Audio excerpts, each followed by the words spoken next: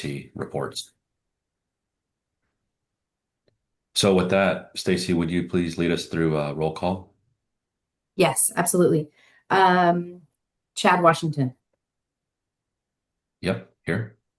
Leslie New Lamping, Present. Scott Hansen, Present. James Dickinson. I don't see him, but maybe he's just running a little bit late. I know he intends to be here. Jason McGovern, standing in for Trevor Miller. Yep, Jason's here. Thank you. All right, that's it until James joins. Great. Thank you. So for committee business, we've got our June meeting summary approval. Has everyone had a chance to take a look at that? Any requests for corrections, amendments? Okay. Well, if I can just get a I move thumbs we up. accept that, Chad, accept the minutes as written. Great. Seconded. There's a motion. Motion from Scott and second by Leslie. So I'll all in favor of the motion? Yay Aye. or Aye. all right. And all opposed? All right. Motion carries, Stacy. Okay. I'd just like to take a minute just to go over just the meeting rules. Just to be sure the committee members keep your cameras on if possible. And for the speaking queue, please raise your hand using the Zoom reaction feature. Use the chat function to record major points and questions. Please participate fully so we hear from everybody. And for invited guests, please change your Zoom name to your name and your organization. And for the public, please keep your camera off unless providing comments. And mute your mic when not speaking and turn it on when you're speaking. And that's it. Thanks, Chad. Great. Thank you, Stacy. All right. So, we will have the public comment at 9:50 for folks that are trying to time that to come on right at 9:50, but we're likely to move through our agenda maybe a little faster, seeing as how we're already on the committee and agency reports.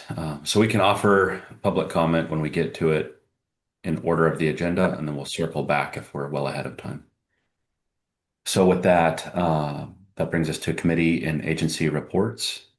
So any report outs from the committee members? Scott, would you like to start? Yeah, I don't have too much I'm eager to have this meeting today because we talked about maybe starting rulemaking back after the legislation went, out of our legislators went out of session. So I'm eager to move it along now. So that's my main comment. Great. Thank you, Scott. Leslie, do you have any updates for the group? Just an update from the Oregon Prescribed Fire Council. Just as a member participating in that, we're in the process of updating our bylaws. So excited that kind of sounds like everybody around the smoke world and prescribed fire world is doing updates, including the rules and ourselves with our bylaws. So glad to see everybody here. And just an FYI, I'm going to need to turn off my camera around 10 for about 20 minutes. Otherwise, I'm still here. I just need to turn off my camera. Thanks for that, Leslie. That should be no problem. Next, we're waiting on James. Is that correct, Stacy?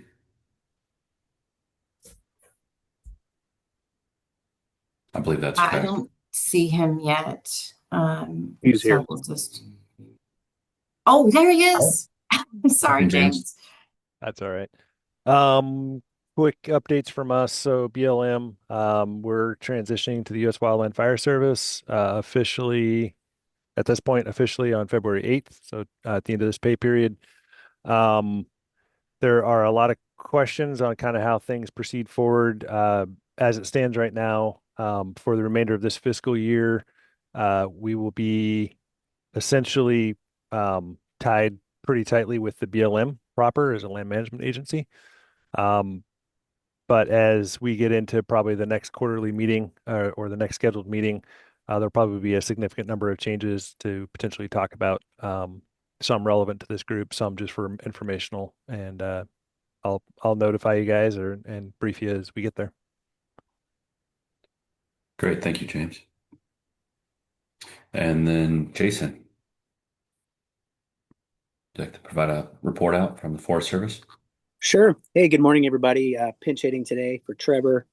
Um, Green team for the Forest Service. We're just about 68,923 acres of prescribed fire so far this year. Missed some burning opportunities there in October. Obviously, we had a lapse in funding for about 6 weeks, so that I guess had to scramble a little bit for the first week to 10 days, but we were able to continue burning through the shutdown.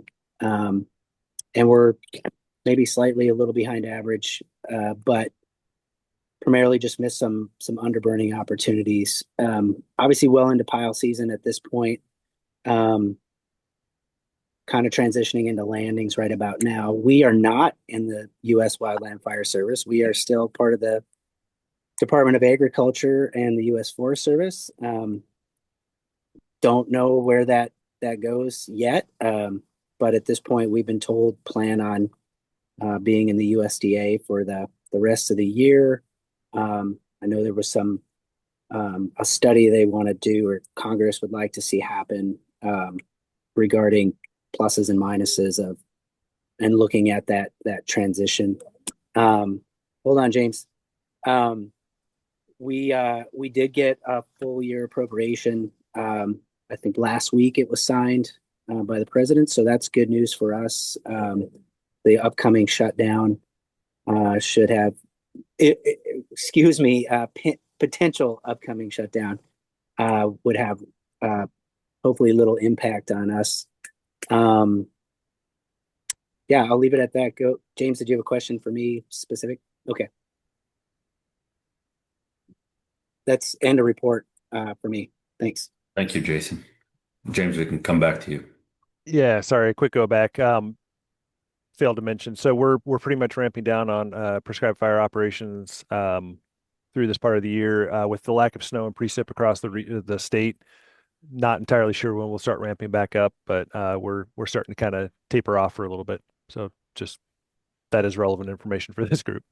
Sorry. Absolutely. Thanks for that update, James. Looking at the snow tail data across the state, it looks like pretty much the entire state is below 50% of the average. So a little spooky. Let's see. I think next we'll go to DEQ. So Jennifer and Michael, would you like to provide an update?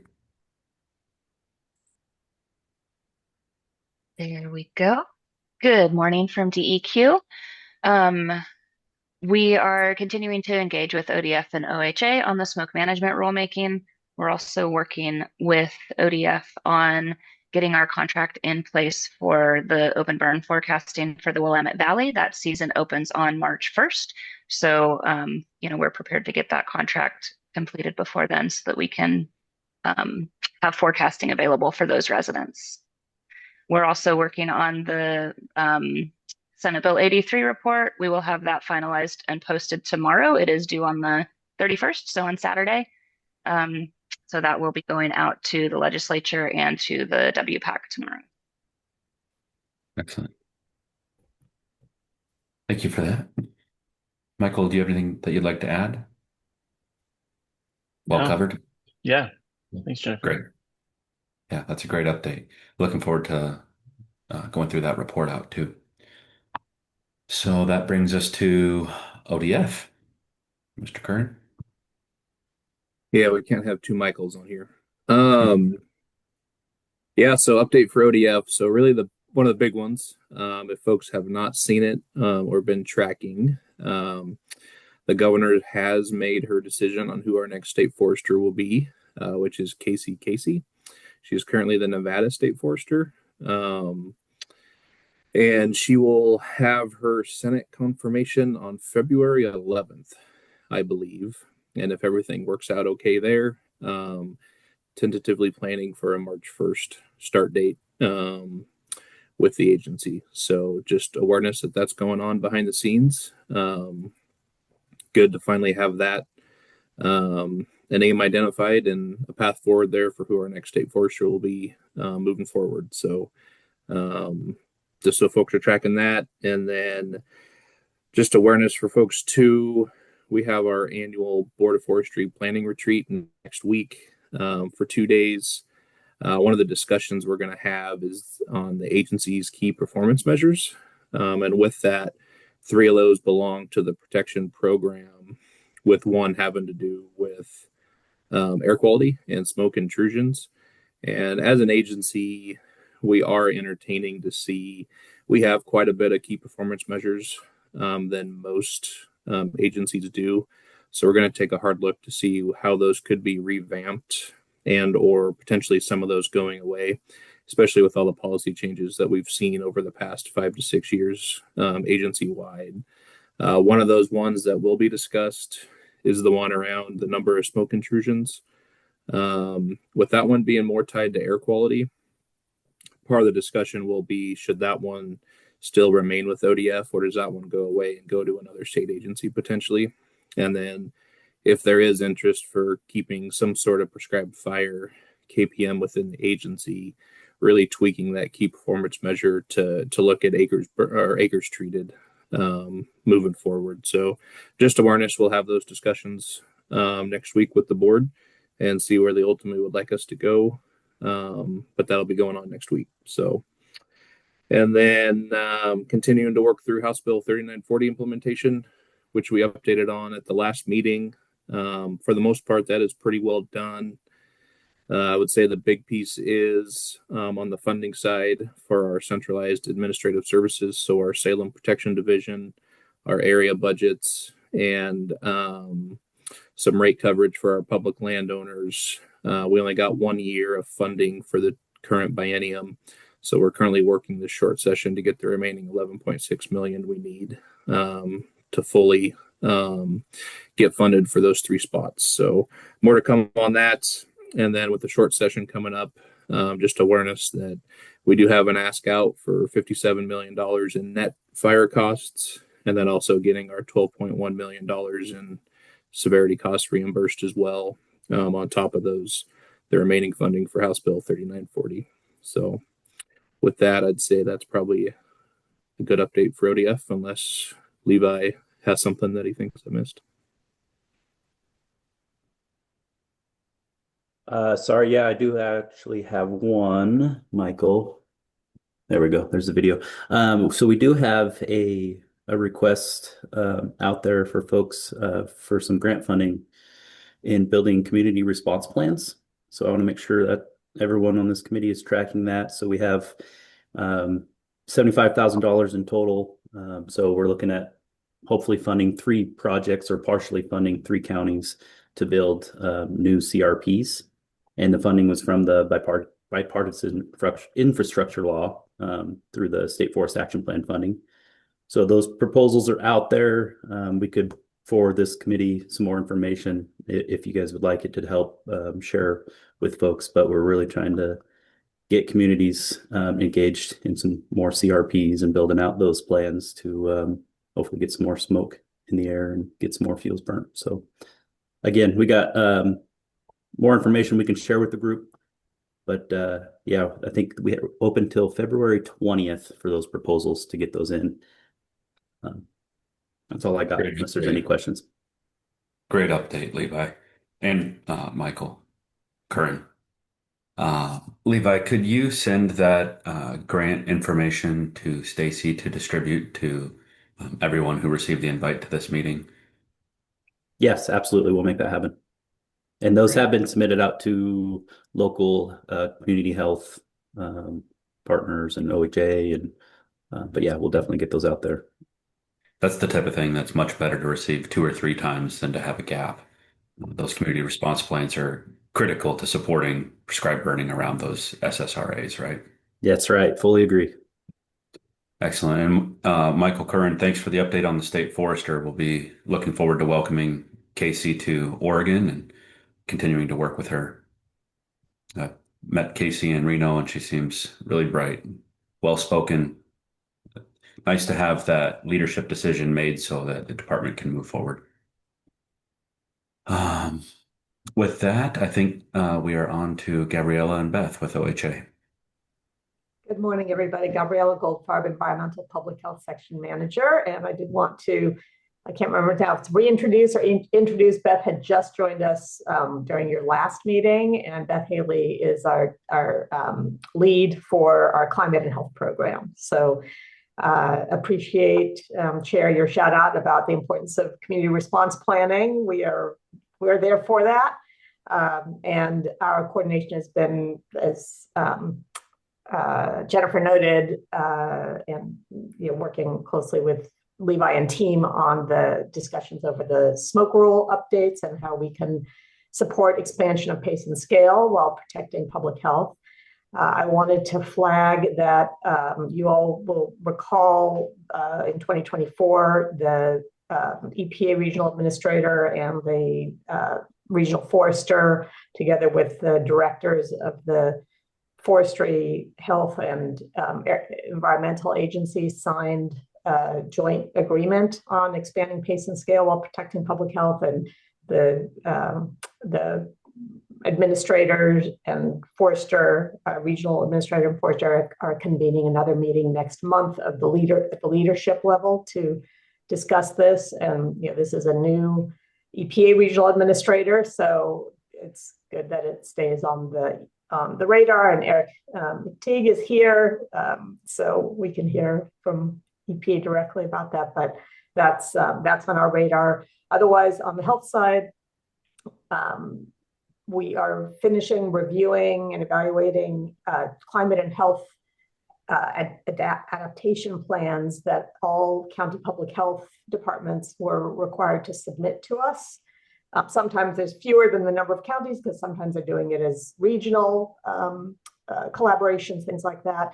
So we'll be using that to identify the strategies that need to happen. And certainly nearly all of those counties prioritize heat and smoke as the priority issues under those plans. So when it's ready, we'll maybe at the June meeting, we'll be able to see if there's information that might be of interest to you all about that. And we continue to support the community response plan process that our three agencies collaborate on as well. Thank you. Thank you, Gabriella. Beth, do you have anything that you'd like to add? No, I just appreciate being introduced to everyone, and our collaboration with DEQ and ODF has been wonderful so far. So thank you and appreciate being here. That's great. Thank you for that. And just as an outside observer, it's been really encouraging to see the collaboration between the three agencies and the thoughtful consideration of the trade-offs involved, and everybody kind of coming with that integrity to try to do the right thing for the most people. So that's really refreshing to see. Erin, I believe you are next. Thanks. Hi, everybody. Erin McTighe, EPA Region 10. I'm in our Seattle office. A few of us are on the line, but I'll share a handful of brief updates for you all. I think our leadership has changed since our last time meeting with you all, or this is just a refresh if I already mentioned this last time. Our previous regional administrator was Casey Sixkiller, and he transitioned out of that role and is now the director of Washington Ecology, Washington State Ecology, I should say. Emma Pocan has joined us as our new regional administrator. Gabriella mentioned still active in this work. I'll say a bit more. She came to us from Alaska DEC. And then we've also had a changeover in our directorship of the air program. Krishna Viswanathan was our previous director. He moved internally here to the water division, and we have a new air program director, Angeles Herrera. So those are just a handful of updates. If anybody needs those names, let me know. Happy to throw them in the chat if we need them for the notes. And then a couple of other programmatic updates. As Gabriella mentioned, EPA Region 10 continues under our new leadership as well to lead this Pacific Northwest Executive Task Force on prescribed fire and smoke management. It is a mouthful, no good acronym, but that was established in the summer of 2024. And as Gabriella mentioned, it's co-hosted by EPA Region 10 and our Emma Pocan, our new regional administrator, and then the regional forester for Forest Service Region 6, Jackie Buchanan. And so that group has a few different components to it, but it's made up of executives from federal and state agencies in Oregon and Washington and tribal leaders.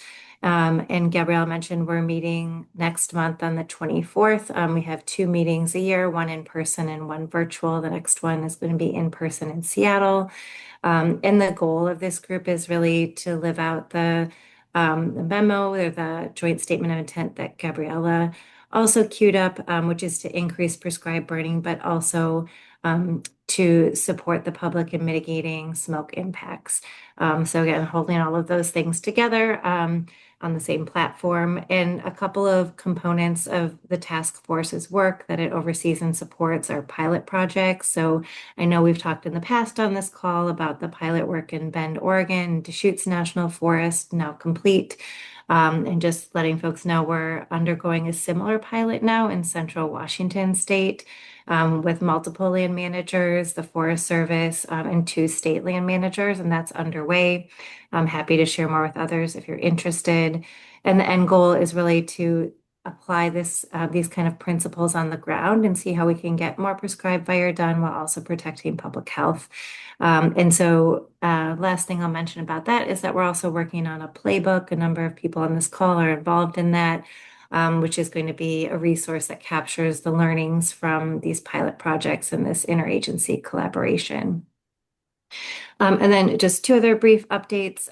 We continue to work with the Forest Service to administer the Air Now Fire and Smoke Map. I imagine it's a tool many of you use and really popular for the public as well. Over the last year, we've added some new types of sensors, such as the Clarity node sensors, in addition to purple air sensors. So just continuing to try to find ways to expand data coverage in the United States. And the last update I have is that in lieu of an annual smoke management conference, which we've had for about 15 years, hosted in collaboration with many other agencies and tribes in the Northwest, we did two virtual smoke management workshops this year in April and November on a range of issues related to land management, forecasting, communication, community preparedness, and they were really well attended. So continuing to play a role in that space of convening folks on these issues. And I'll wrap it up there. Thanks so much. Great report out, Aaron. If you could follow up with spelling of some of the leadership names, it would probably be helpful. The notes are going to be good, but they'll be better if we actually spell the names right. And then could you also provide some update on that the task force that you were just mentioning and the memo that established the direction, just as background information we can add into the notes for the meeting? Will do. Great. And then when you mentioned meeting with tribal leadership, could you just go in a little more detail on which tribes are involved? Is that all federal recognized tribes within the states or the region? Yeah, that's a good question. Any tribe is welcome to participate, but we have a handful of tribes who are more involved in land management activities that have been more active. And I don't have the list in front of me, so I hesitate to list them all off here, but a Yeah, couple of please don't. Yeah, okay. Don't feel any pressure to do that. Just Okay. wanted to make sure that, all of the recognized tribes were invited to that space. Yep, definitely. And if you're working with folks that aren't in the loop for some reason or their particular department isn't, we're happy to invite them in. We've tried to get this. EPA has a regional tribal operations committee, and with that group represents the whole region, but we have been presented to them a handful of times about this work and trying to get the word out in different ways. But understandably, not everyone participates due to other priorities, but tend to have at least a handful of tribes from each state participate. Great. Thank you for that, Aaron. And Gabriella, I see your note in the chat there that you have to step away for legislative session meeting. It is the season, right? I think session begins on Monday, so we'll be off to the races. Things tend to move pretty quickly in short session years. And Aaron, that was the last of our reports, so that was a good anchor. Thanks for finishing that out. Next on our agenda, we've got the fall burning overview. So it looks like Christina and Sherry, you're up to provide that. Are you ready? I am ready. Good Great. morning. I am Christina Clemens. I am the Smoke Management Field Coordinator. And as I get ready to share my screen, did I already share it? Did you guys? Not yet. Okay.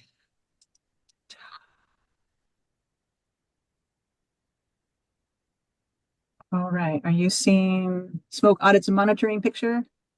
We are. Yep, we just see your whole PowerPoint window, so it's not in like a presentation view or anything like that. Okay, hold on. That means I But we got the can wrong. see it. Oh, we practiced this and I still got the wrong spot. Okay, hold up here. Go back to share. You're still 3 minutes ahead of schedule, so. No pressure. How about now? Is it just the smoke auditing monitoring, the right one? I think it'll The be double good. view. Yeah, I think that'll be good enough, Christina. We can just see your notes on the side, but we can see it clearly. Okay, one more shot. I know which one. I got this. Okay, I'm gonna just keep moving forward at this point. All right, so You again, got my it Perfect. now. and I'm the smoke management field coordinator, and the part of my duties that you guys care about is I do the auditing, the field auditing of the smoke and the fuel tonnage. And so that should get me moving. There we go. Okay, so this year we were able to do 43 burn day and pre-burn day audits in 2025. That's for the full year. And the difference between a burn day and a pre-burn day is basically burn day means it's on fire, it's ignited, and pre-burn is before it's ignited. I always prefer to get my audits before it's lighting on fire, but sometimes it happens together. But it's okay. I have plenty of fire experience. I work with the people on the ground and they're aware of me.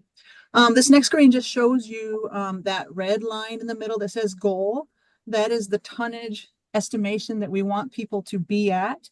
And as you can see, we had just a couple that were underreported, and it looks like maybe one at the bottom that was overreported. So in general, all of our audits, and when I say audits, these are the samples of the burns that I took. This is not every burn, but this is the sample of every burn that I took.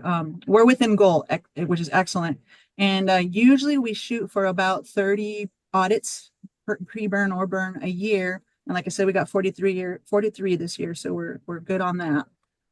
My audits are randomly selected for the most part. I will do intentional audits to areas I haven't visited in a while because I try to get the entire state. Audits may be done for areas showing a trend that warrants further investigation, such as abnormal fire behavior, areas with unique burns, areas showing abnormal fuel moistures or abnormal weather patterns. Then we'll go because sometimes, especially in the spring, that's kind of an arbinger of what the fire season might be like when we start seeing like excess fire behavior in the spring in areas that are normally wet this time of year. And so I take that information, I share it with leadership. So it helps with our intelligence as we're preparing for the upcoming fire season. And then also looking at that 25 pre-burn ownership, it just kind of gives us a breakdown. 76% was Forest Service, 19% was ODF, and 5% private. It was kind of the breakdown of how I went out and audited this year. Again, it's randomly done for the most part. And so that's how it shapes up this year.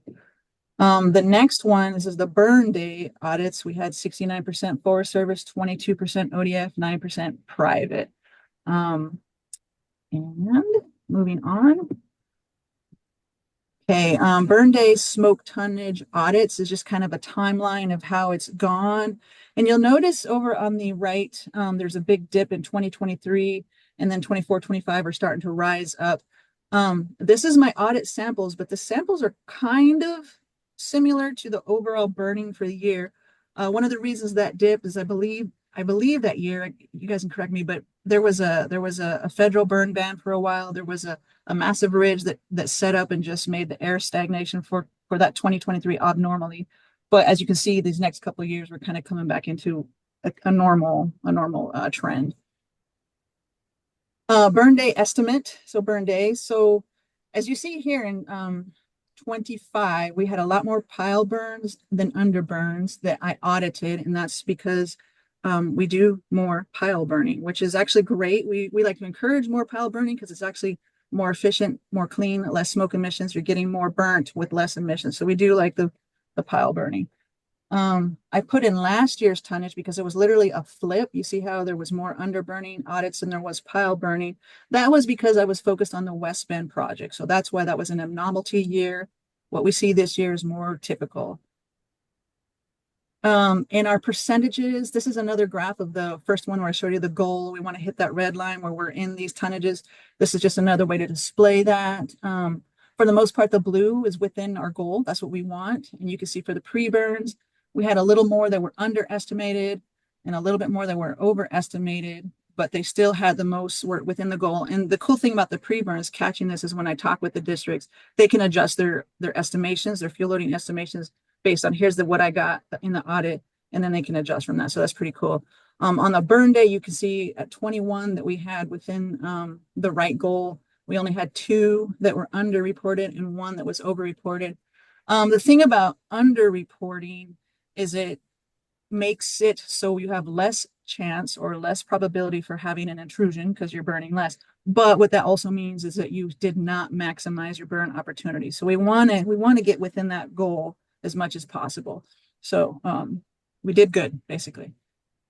And so some of the cool things that we also get to do is the public education and outreach. And this year, again, working with Amanda Rao, she was wonderful. She's been inviting me out. She's doing so much work with the Certified Burn Manager program, so much work with the cultural burning. And I got to go out a lot and work with the tribes, as you can see on the left.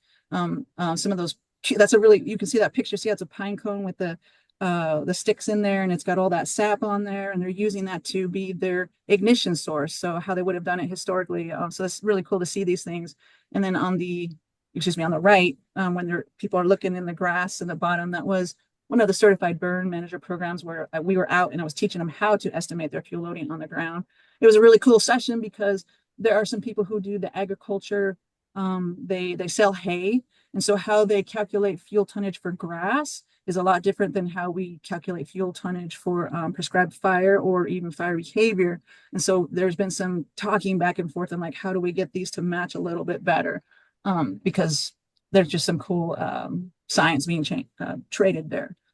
And then also with those cultural burns, this is, again, part of that cultural burn that happened at a school district that allowed one of the local community colleges students who were in the fire science program come out, experience live fire with professionals. You can see the people with their PPE on, and then you see the public on the outside of the fire line so that we're protected, observing and learning. And this is Amanda and her son, and he already probably has more fire under his belt than some of our employees do because he's just out there and learning so much about prescribed fire. And one of the things I love about cultural burning is the mindset is much different than what we're required by law because of safety to behave around fire. There's a lot of I'm just going to say this, there's a lot of fear, and so we have to do all these safety mitigations and measures, and that's totally fine. But the concept in a lot of the cultural communities, like fire is a good thing, it's not a bad thing, and if we respect it and we do the right things, there's no need to be fearful. So it's kind of just a different cool concept, and a lot of training opportunities and a lot of opportunities for the public to engage and learn about what we do in fire. Again, that certified prescribed fire manager program. And that really is my end of report, pending any questions. Great report, Christina. Thank you for that. Any questions from the committee?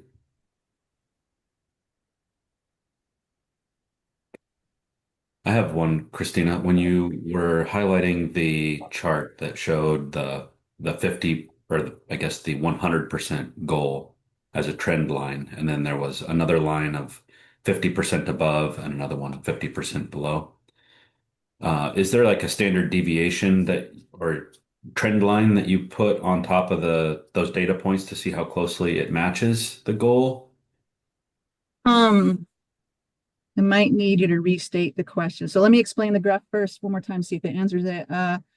We have a mathematical calculation that tells us if they are within 50% above or below the standard goal. And then that's the arrow. So The if standard they're, goal would be a 1-to-1, right? yes. Yeah. So then the range of like where we're trying to end up is within 50% of that, up or down, right? Yes. Yeah. And so on that graph, the closer they are, the lower they come down, closer to that middle center lane. So we want to see them hitting that red line, but we have that generous range that for them to meet. And I do at first I questioned that too. It's like that's such a big range, but fuel calculation is so is it subjective? It's so open to everybody's eye and calibration and experience that I think that's necessary to make a realistic range. So then even those that over or underreported for this year did appear within that target window, is that correct? If they were within the little In the line, wedge. yeah, if they're in the wedge, yes. If they were outside, then for us, we said that's too far outside of the realm. And I go back and talk to those people and try to educate them on like how we do it, how the standard audit happens, so we can get together on the same page. Great. And then it looked like there were no audits done on any BLM burns. Is that correct? This year it worked out that way, correct. And I have been looking at a few BL burns this winter now because I realize like I got to get out and go work with these folks. And the other thing that happens with that, I'll say that, is a lot of times BLM may have a mixed burn. So it might be a BLM burn boss doing it on maybe a private land or some other, or I can go out to like a fish and wildlife burn with BLM folks in charge, but it gets credited as fish and wildlife because of the jurisdiction. And the fact that it's 0 for BLM is just due to the random sampling of who you're going to go and audit. Yeah, that's not necessarily reflecting how much burning BLM has done, not at all. Yeah. Great.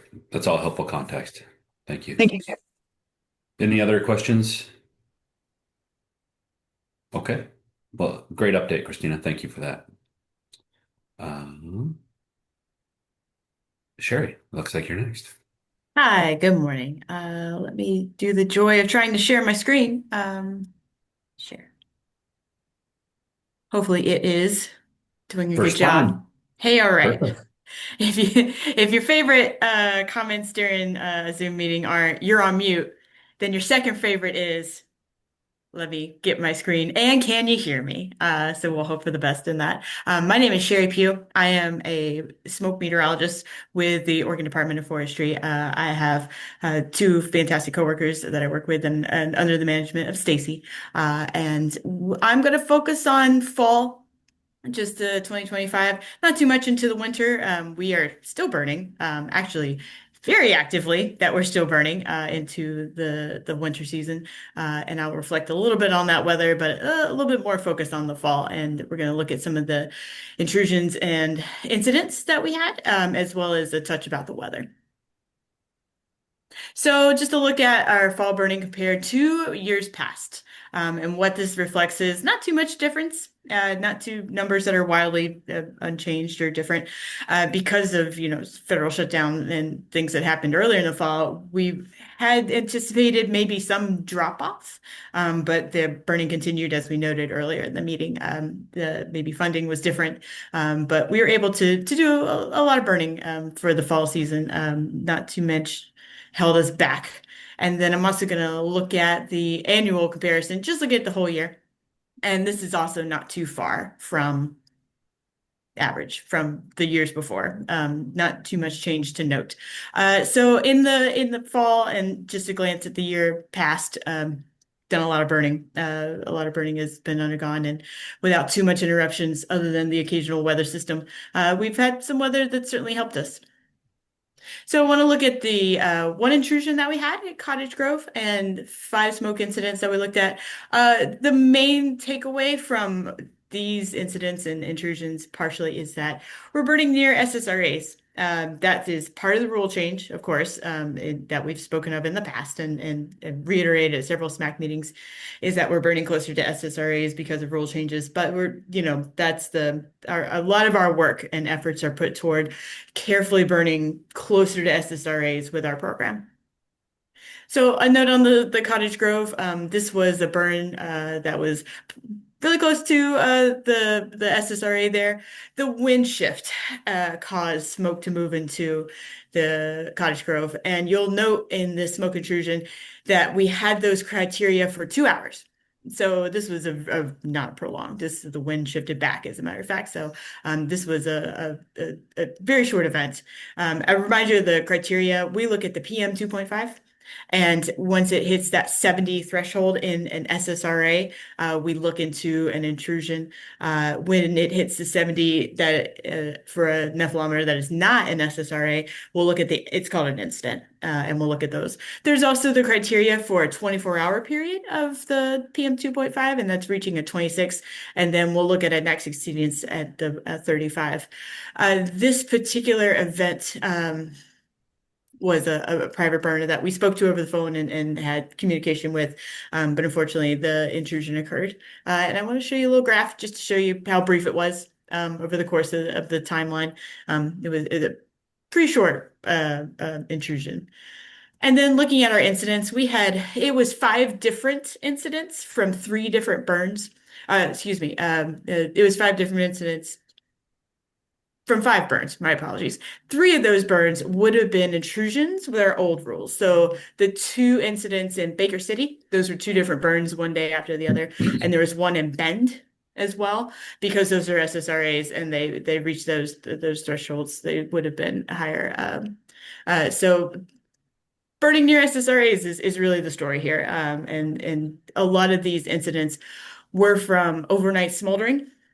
So when we're burning close enough and high enough tonnages that, initial smoke is not necessarily something that we're not forecasting so well. We're doing really well on forecasting for the initial smoke from a burn, not moving into SSRAs and cities and smoking people out at an unhealthy level. It's, overnight smoldering is a little trickier to forecast, especially if you got a lot of smoke in the air shed. You've got local burning, you've got wood stoves, things like that. So that's what we're looking at in our incidents for the most part.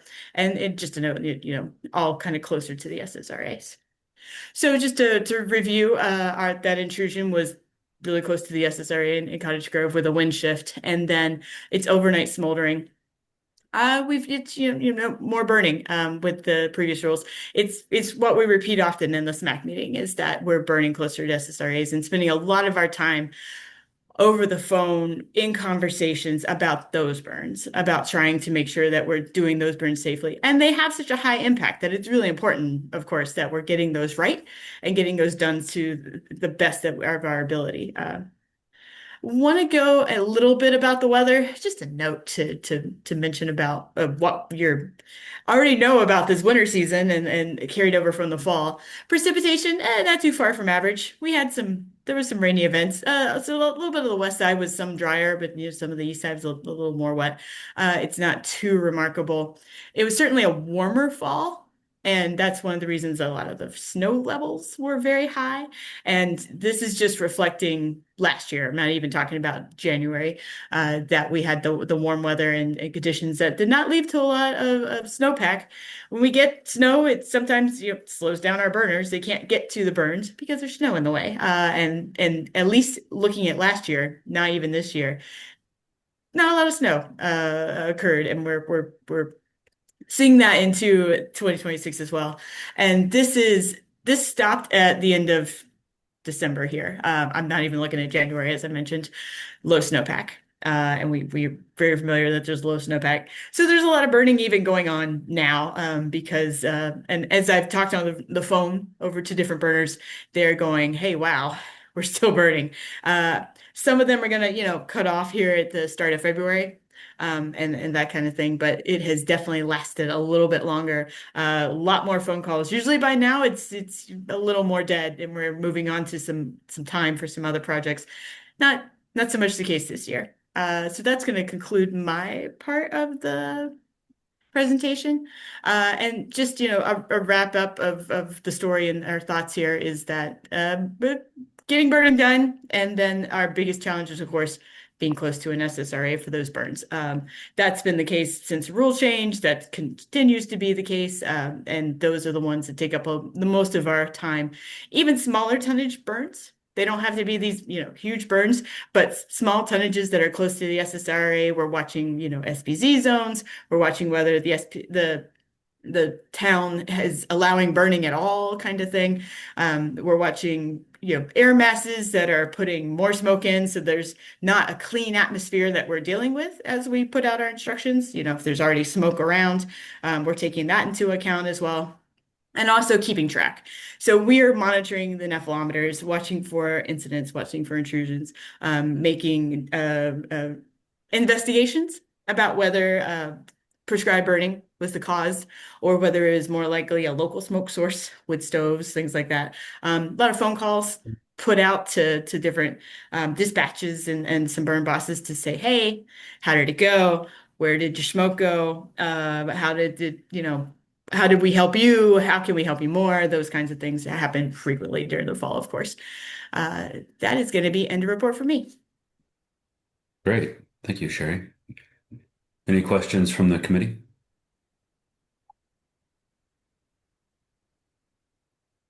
Sherry, on the graph, or I guess I believe it's a chart that you showed, the community that the intrusion happened in, the length of time, could you consider adding another column to that chart that just designates whether the community that experienced the intrusion has a community response plan in place or not? I'll have to see if Cottage Grove has one of those. I am not aware, and off the top of my head, it's no, but I'm not entirely sure. I will look to see if Cottage Grove has a community response plan. And not that having a plan in place makes intrusions more acceptable or anything, but it would just be helpful to understand, are these tending over time to occur in areas that have some kind of capacity to deal with that intrusion or not? So it just might be something worth tracking. Excellent. Thank you. Gabriella, you've got your hand up. Yeah, I just wanted to thank you and agree with that idea, because it also points out where is there readiness to be mobilized to do that outreach. And those under the CRPs, they should have identified where are the populations that they're worried about, and what communication mechanisms do they have to exercise. So that's a great call. Appreciate it. Great. And Jennifer. Yeah, I was just going to confirm that Cottage Grove does not have a CRP. Thank you. Great. Thanks for that. Okay. Well, maybe they can get some information from Levi and the grants that are available. And with that, I believe we're right on time for moving to public comment. So Stacy, do we have any written public comment that was submitted prior to the meeting? No written comment. Okay, great.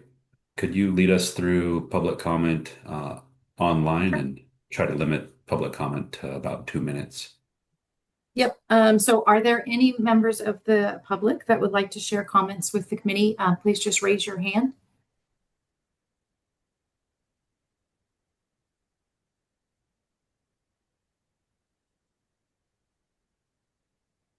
I don't see anybody, Chad.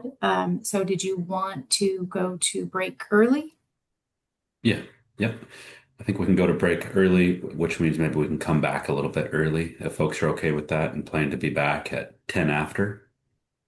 That gives us a little bit of a buffer to stay on our agenda here. Sounds great. Thank you. See you back at 10. Yep. Great. All right. Thanks, everybody.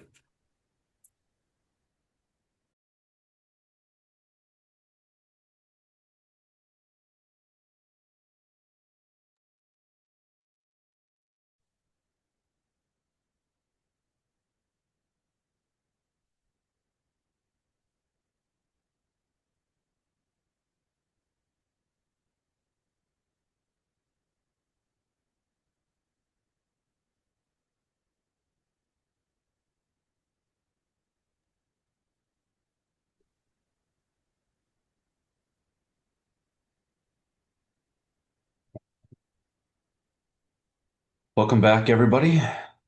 10 after. We'll go ahead and resume the meeting.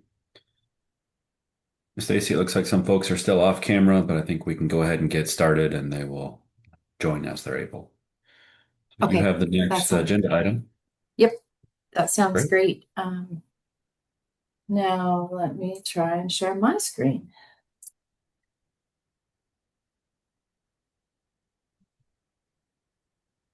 All right, are you looking at the personnel costs? Yep. Okay, great. I'm going to walk through the personnel funded by the SMOKE program, the fund balance, revenues versus expenses, and then the projections through 2027. So we currently have 4 full-time staff, a 3/4 time manager, and 10% of an administrative support person to do our monthly billing. So those are listed here. The full-time staff includes 3 NRS 3s forecasters and 1 NRS 3 field coordinator. The total salaries for 2025 was 522,622, with an added cost of about 339,000 for other payroll expenses, with a total of 862,000. This is estimated to be about 888,000 for 2026. That includes a 2.5 cost of living increase February 1st of this year. And then in 2027, estimated to be around 924,000 with a 4% COLA January 1st of 2027. Any questions on this side of the sheet before I move on? Stacy, when you have manager 75%, that's a 0.75 FTE. Is that correct? Correct. Great. Okay, so on the right side of the screen, you'll see the table that displays the landscape resiliency program funds that are being utilized for personnel costs from July 1st of 2025 through June 30th of 2026. So far, we've seen about 204,000 that came in November to start covering some of those months from July. So we still need to get around 98,000 to cover the rest of 2025. There's just it takes a while in the system to get those coded and corrected. Any questions on that? Have you used the landscape program before, Stacy? We have not. That's a new kind of just a new program in a sense. So that's a new funding opportunity. I think, Michael, if you're on, you could, share a little more information about that, the decision that was made to fund the personnel for 1 year. If you want to speak to that a little bit. Yep, I can take that one. So yeah, as folks recall, I think it was our June meeting. I can't remember exactly when, but we were starting to operate in the red in terms of our smoke fund. Just the cost of the program was outpacing the amount of revenue that was coming in year over year. And we finally got into the negatives in April, I believe, of 25. And with that, knowing we were going through a rule review and taking a hard look on if fees need to get updated or potential other solutions that are out there for funding this program, since the old model is just not working anymore.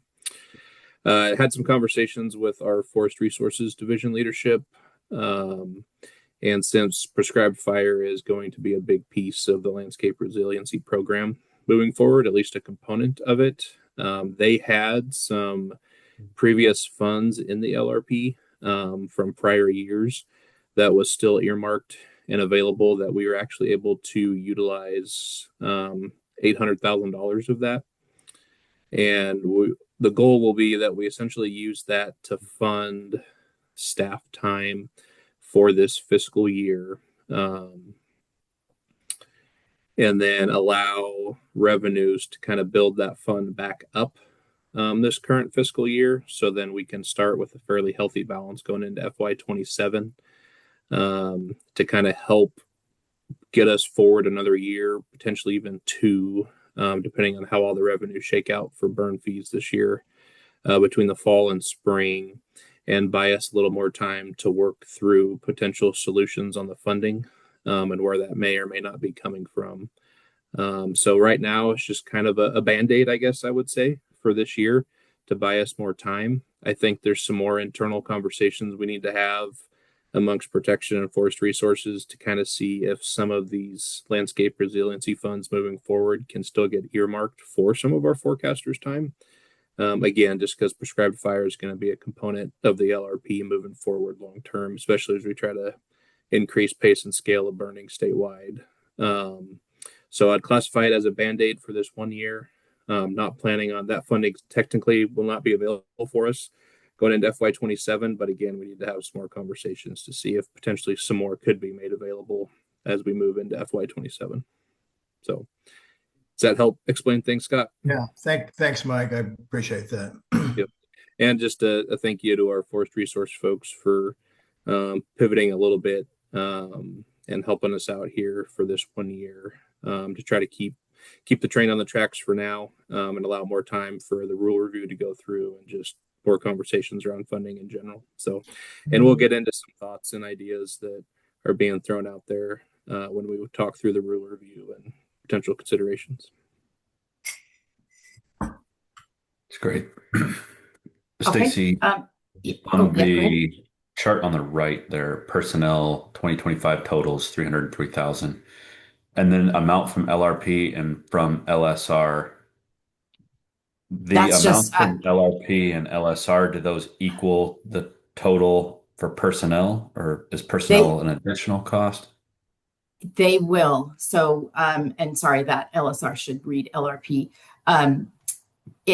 That's the intent, is to get all the personnel costs moved over to that LRP grant funding. So yeah, this is just where we're at now. This is what we've done so far, and this is what we still need to move, and then just clean up the first half of that biennium. So I see. So the total for personnel is a cost, and the two totals from LRP are funding to offset the cost total. Correct. This is what we've gotten so far. This is what still needs to come. And somehow my chart didn't get fixed up there. It should said still needs to be coming from LRP, not LSR. So sorry about that. Okay. Great. Okay. Anything else on this one? This looks like we're running about $1 million program annually. Is that right? As of 2027, yes, the 27-29 biennium, it'll be at $2 million per biennium. It's around there. Yeah. Some of my projections we'll go over in a couple minutes. We'll show that a little bit better. Great. This is just really talking about personnel. So the next one I'm showing you here is the fund report as of the end of December. This shows the entire year. I've also just left the calendar year totals for the past 5 years. So we have a 5-year average here. The first column shows how much revenue we've received from the Forest Service. The total is $280,434. As you can see from the 5-year average table, this is a little bit above the average. The next column is the BLM. That total revenue for 25 is a little over 29,000, with the average being 13,000, which is a little skewed because of those contract years where they had paid up front, and then we had to balance that out and get right again. So that's why it's a little bit off. But the next column is the non-federal or private revenue, and that's at 174,000, which is on pace with the average that runs about 170,000 a year. Next is the revenue coming from our agreements. This totaled 61,000. And as Jennifer said, we're getting that agreement finalized with DEQ. So that's going to be about 50,000 a year rather than it was the 17,500. So that will turn into 50,000 moving forward. And then we're still in negotiations with ODA for their contract to be finalized, where we have asked for an increased in that amount too. So still working on that. The next column is the total revenue, which is slightly higher than the 5-year average.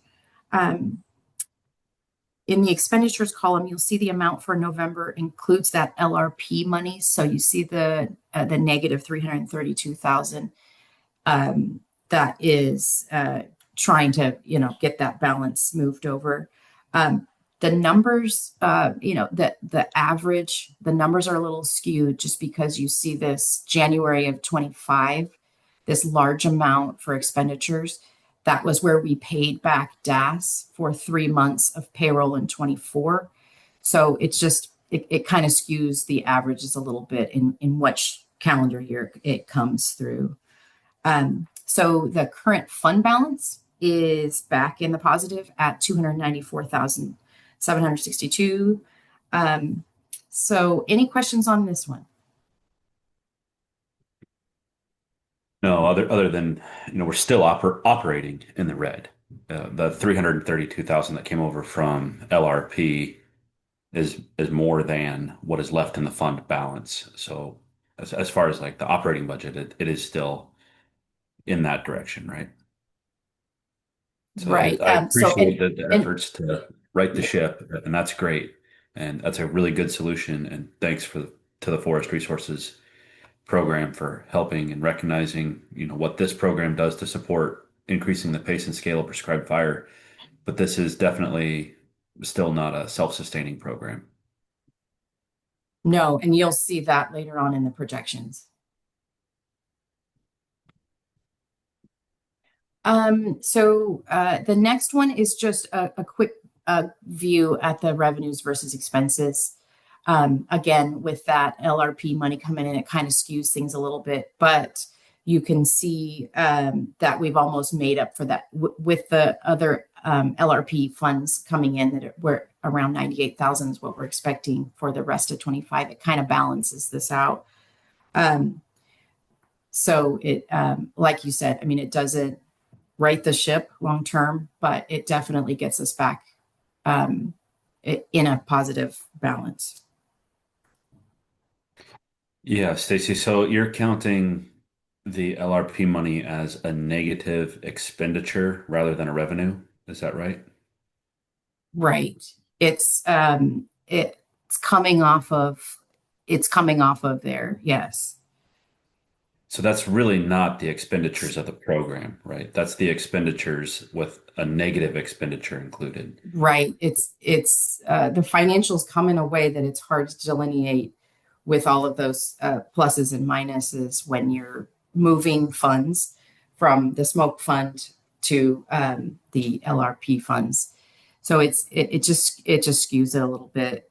It's hard to know, what was when you're just looking at a negative 332, what was actually expended, what was actually transferred, what was the personnel versus service and supply. So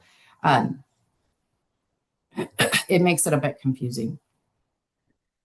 Great. Yeah, I think in the future it'd be good to have expenditures listed for the full expenditures, not just with that negative offset that skews it, right? Because this isn't really showing what the program is expending. Right. Or at least an asterisk that the actual expenditures were $330,000 above, what we're seeing here. Right. Yep. Because otherwise it looks like the expenditures have gone down by exactly half, and that's not the story. It's not the story. That's correct. And then it's kind of like, do you want to see the expenditures that the LRP paid for? You know what I mean? Or just what the smoke fund is paying for. So when we introduce that new funding source, it just muddies the water a little bit. So yeah, but I get what you're saying. The program expenditures, any expenditures that could be assigned to this program. And I think that's what we see in 2024, correct? Total program expenditure. So that's what I would like to see for 25 as well, so we can make more of an apples to apples comparison and see how our expenditures tracking.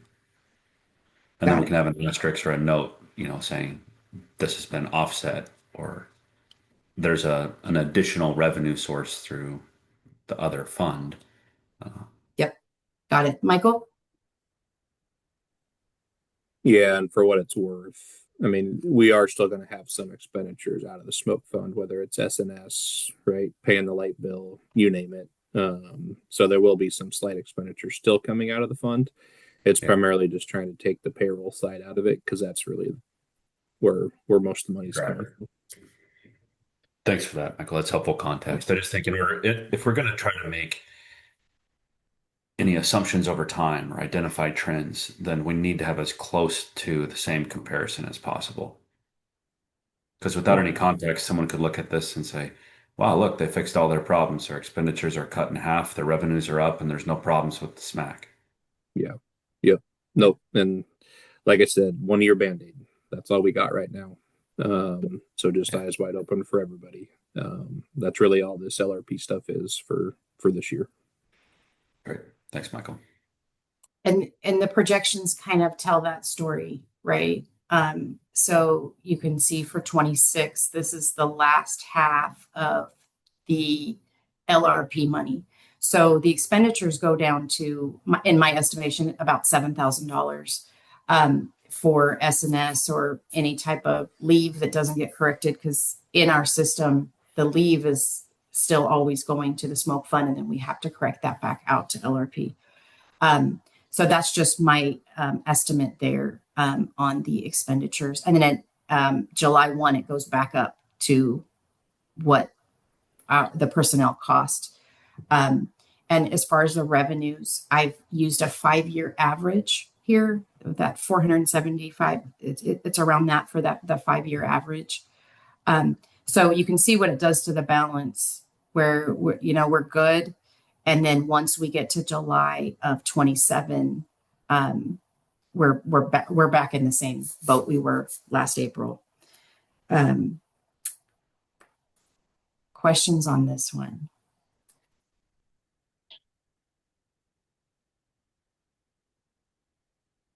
And this is taking into account if there are no new staff added, which again, like I shared last year at this winter meeting, we're desperately in need of another forecaster. So this is just a projection based on what we have now. So Stacy, just for continuity, in our before this current chart we're looking at, we've always had revenue and then to the right expenditures. This one's expenditures and revenue. So it's a small point, but I'm just saying we might want to have the revenue again to the left of expenditures to kind of, so it kind of consistent then to what we've done in the other charts. Okay. Thanks for that, Scott. Yeah, it's a minor point, I will say for sure. Yeah, appreciate it.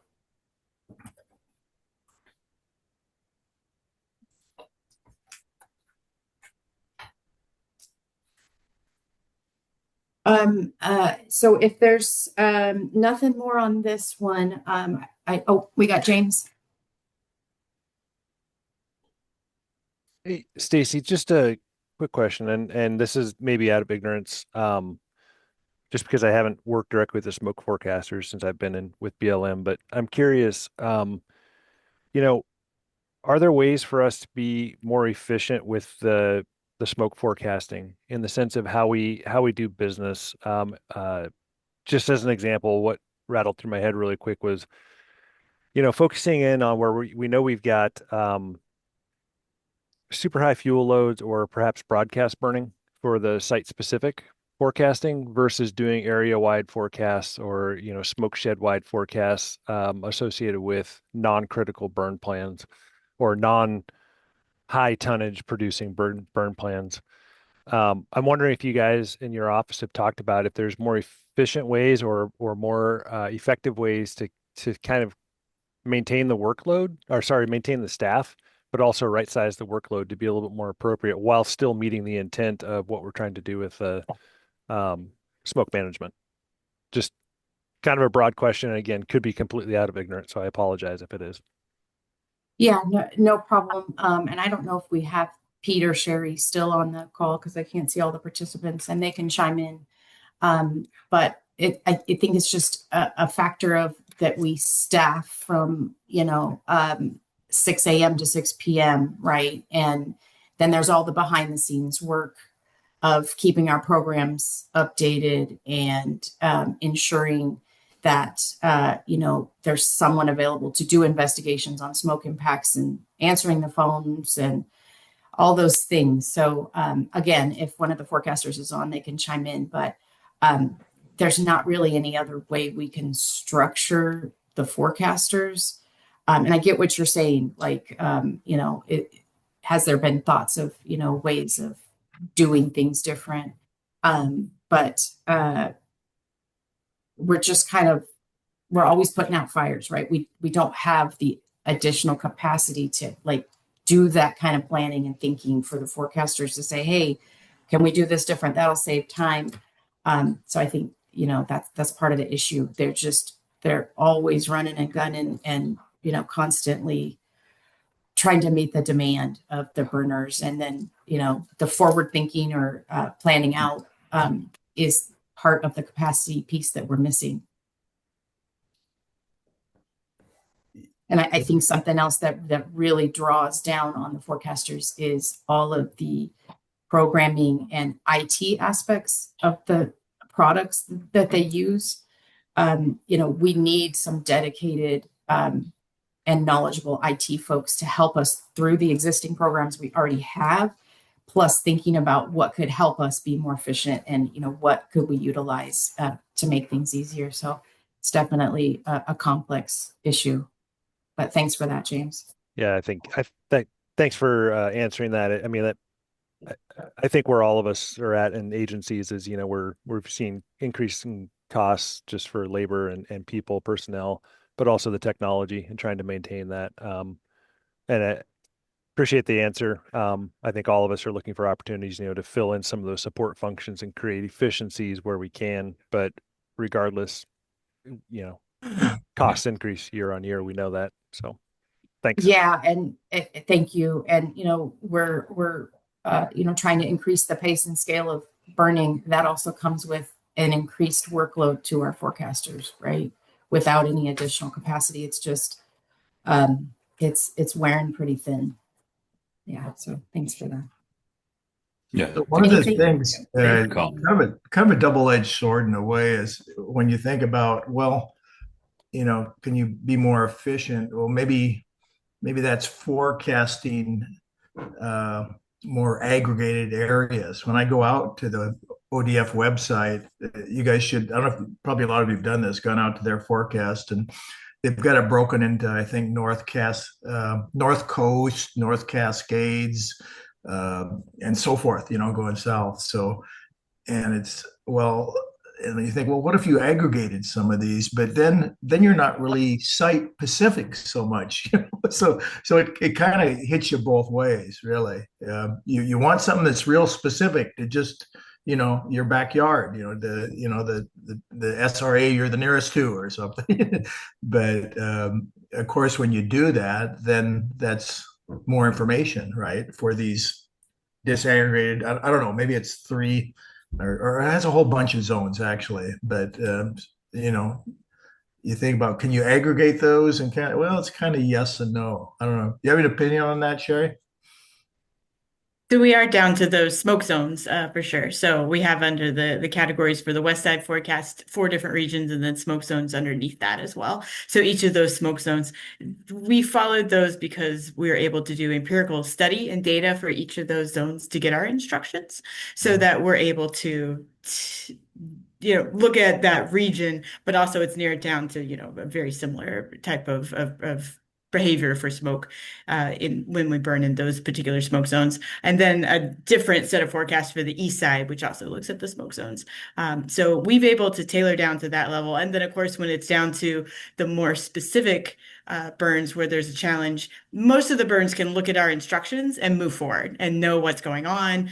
They often get spot forecasts from the Weather Service in addition to get extra, meteorological data, but they can look at our instructions with our forecast discussion and with all the restrictions that we may put on during a time of air stagnation, for example, and then move forward. Most of the burns can take that instructions and go with it. If it's on the line, if there's a question, they give us a call, and then we get calls. And to speak to, our staffing, one of our staff members is away today, and I'm still on the forecast desk right now. I'm checking calls while I do the presentation. So I'm able I'm juggling a little bit this morning as well. It's because we'll get those phone calls and then respond and then look at those specifics so that we can choose to burn or no burn.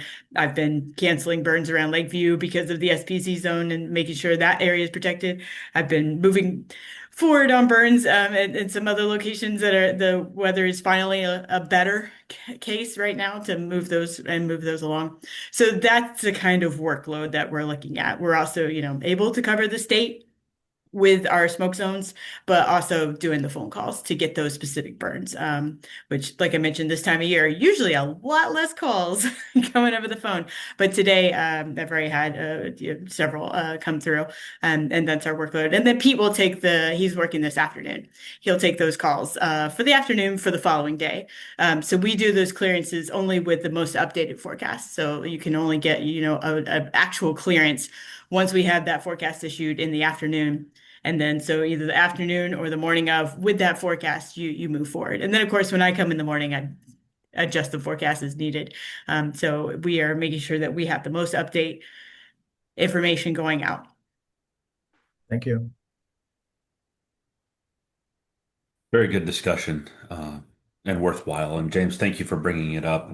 I think there's always opportunities to identify efficiencies, regardless of how efficient whatever program you are running. So I would encourage the forecasters and the folks that are on the ground doing the work to also offer up suggestions for ideas on how they think they could be more efficient. And not just a top-down expectation of you need to do more with less, but here's some ideas coming from those forecasters on if they have any ideas or things that they notice as they're going through their day-to-day. Hopefully there's an avenue for them to elevate those, consider it, and have that discussion. Is it possible for me to make a statement to that? Absolutely, Pete. Please do. We have implemented some efficiencies, quite significant ones in the last couple of years, and we hired back our former supervisor temporarily, Nick Yonker, to help us with that.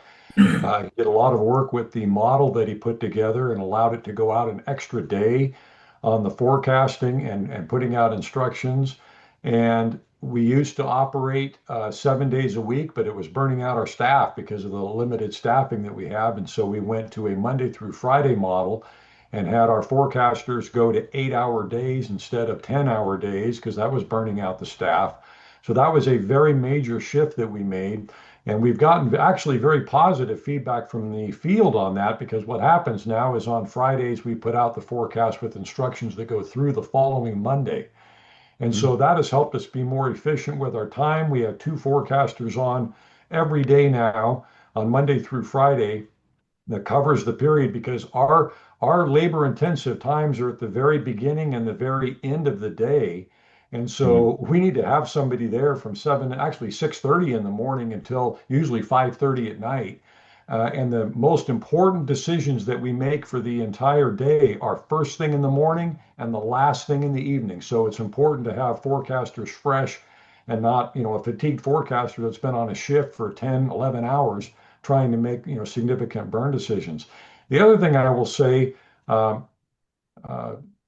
efficiency wise, other than, again, getting off of weekends and doing the other thing, I want to give you just a little bit of history. And Stacy pointed out, where, our staffing is lower or our staffing is in need of an upgrade. In 2010, it's a long time ago, that's when I came to ODF. I worked for Oregon Department of Agriculture as a full-time meteorologist there.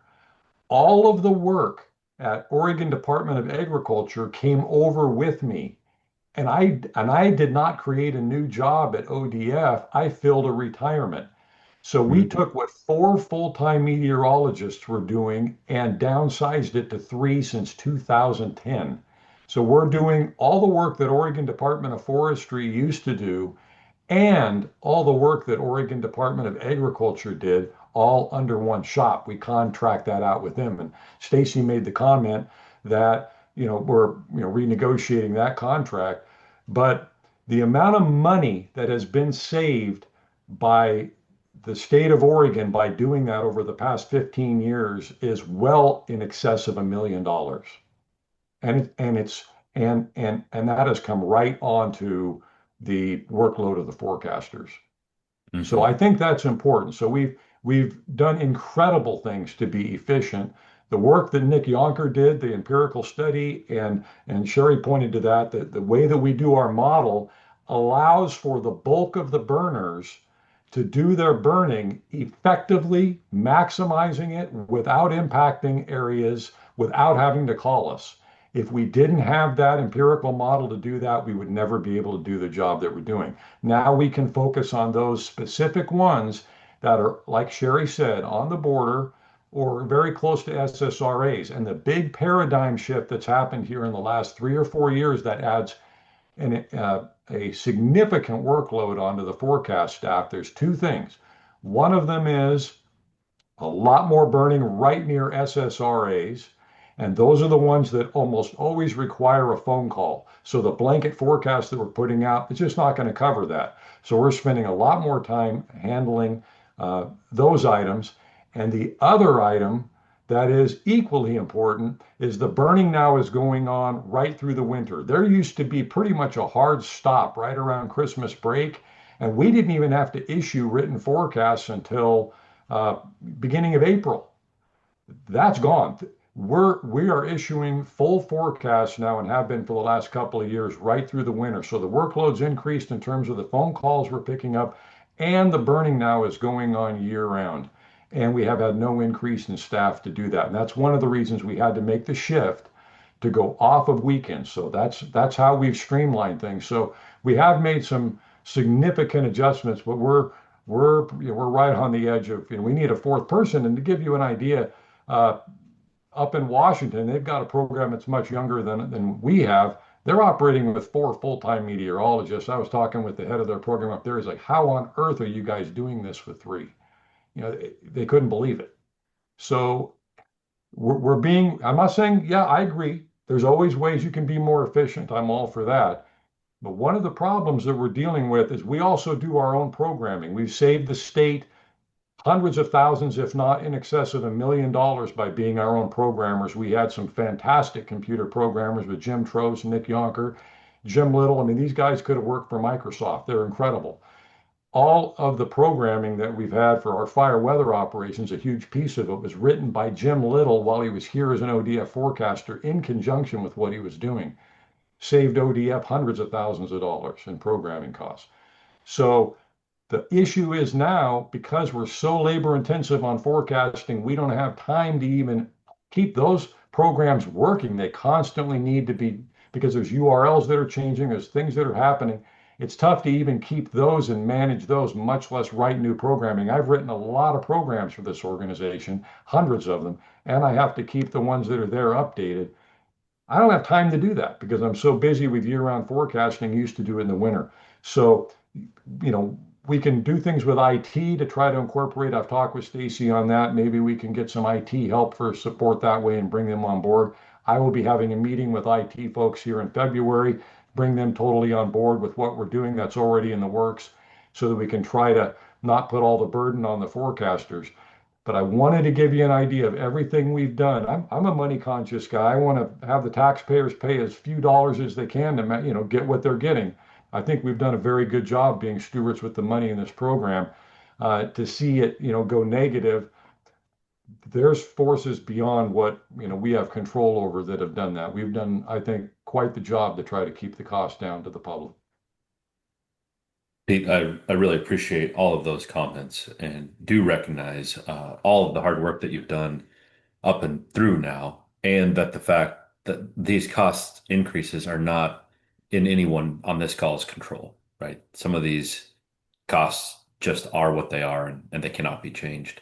Um, I was more just commenting that I hope there's an avenue for that forecaster to elevate for discussion anything that they identify throughout their day-to-day tasks that, hey, do we really need to continue to do things this way? Or is there a new way that maybe that's no longer as necessary as it once was? Or just making sure that you have a clear pathway. If you have an idea, that it gets considered and discussed. Sounds like that's been happening up until now. And we'll continue to do that. And we want to try to lower the cost and be efficient in every way we can. Really appreciate that, Pete. And thank you again for all of the hard work. I hope that these comments don't feel like criticisms to the program or to the staff, because they are certainly not intended to. No, oh no, I didn't interpret it that way. I just think it's important that the staff has a historical perspective of what we've been doing. Yeah, absolutely. And that is a huge body of work to combine all of the ODA work as well as the ODF work and to not have an increase in capacity. And hopefully through the contract negotiations, maybe there's some more IT support that can be offered or, you know, other things like that. Thank you. And Stacy, was there anything else that you had on the fund update? No, that's it.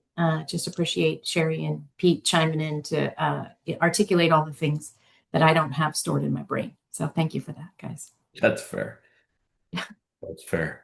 So we are right on time to move into our rulemaking process, update and timeline. Levi, looks like you're up for that one. Yes, sir. Thank you. Great. And I might add just one more final touch on just that last conversation of, we definitely hear the needs there. And Michael and I have discussed, potential policy option packages to get that extra capacity and try to get that extra work. So just know that it is heard and we're definitely doing what we can to navigate through that. So, but like Chad addressed, times are tough right now, especially when it goes around funding. So just wanted to highlight that for the committee. So moving on to, yes, the rule review timeline and where we're at. So there's been lots of discussion already of just rulemaking and rule review. And I do want to make it very clear to the committee and to the public that we have not officially started the rulemaking process. That has to be done by the Board of Forestry. They have to approve us to, go into rulemaking. So we are into the rule review process right now. And as you've heard, ODF's coordinating very closely with DEQ and OHA on just really discussing on what we all can see as potential needs and changes that we can, again, present to a future rulemaking advisory committee to help us make those final decisions and bring that package to the Board of Forestry. So I'd say at the stage we're at now and will continue into the spring is continuing coordination with, again, agencies, stakeholders, partners, and then also highlighting tribal engagement as well.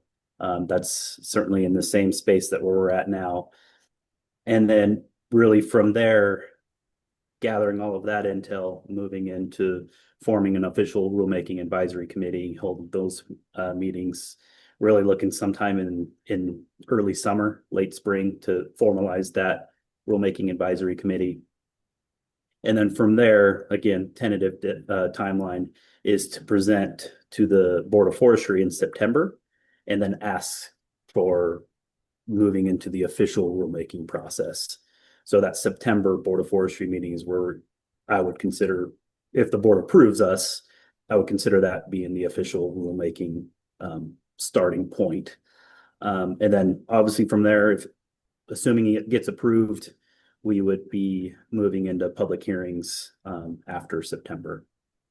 And then so public hearings through the fall, and then going back to the January 2027 Board of Forestry meeting for that final approval to approve the rulemaking after public hearing. So that's kind of that timeline where we're at now. Again, it's tentative just because as you all are, I'm sure, aware, it's not an easy rulemaking. A lot of steps, a lot of interested parties. So any questions on just kind of that overall timeline of where we're at and where we're considering?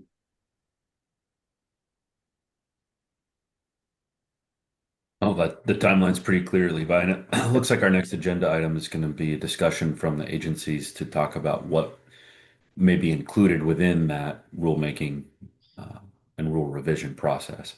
Yeah, and I can continue right through there if you're good with that. Please do. Okay. So again, just reiterating, we're meeting regularly with DEQ and OHA. And really our considerations, obviously, as we have these conversations, is keeping in mind the concept of increasing the pace and scale of prescribed burning in Oregon and reducing barriers, all while protecting public health. So we're really, all three of the agencies are going into it with that approach and that mindset. And as you've heard from DEQ and OHA already, it's been a really good collaboration and coordination. I mean, I think we're meeting every other week now of just, and again, we're just throwing things on the table. What do we think about this topic? What do we think about this concept? And really kind of laying it all out there. And as you can imagine, it gets going in a lot of different directions. So I'm going to highlight just a few bullets of just kind of the larger topics that we've discussed and the conversations we've had. And again, none of these are final by any means. It's just open conversation. And I think the intent here is to hopefully get some additional feedback from the committee and just also let us know of other topics that you guys think are important that we really need to focus on and try to tackle.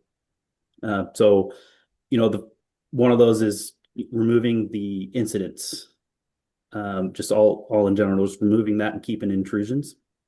And Stacy, chime in at any time if I misstate anything.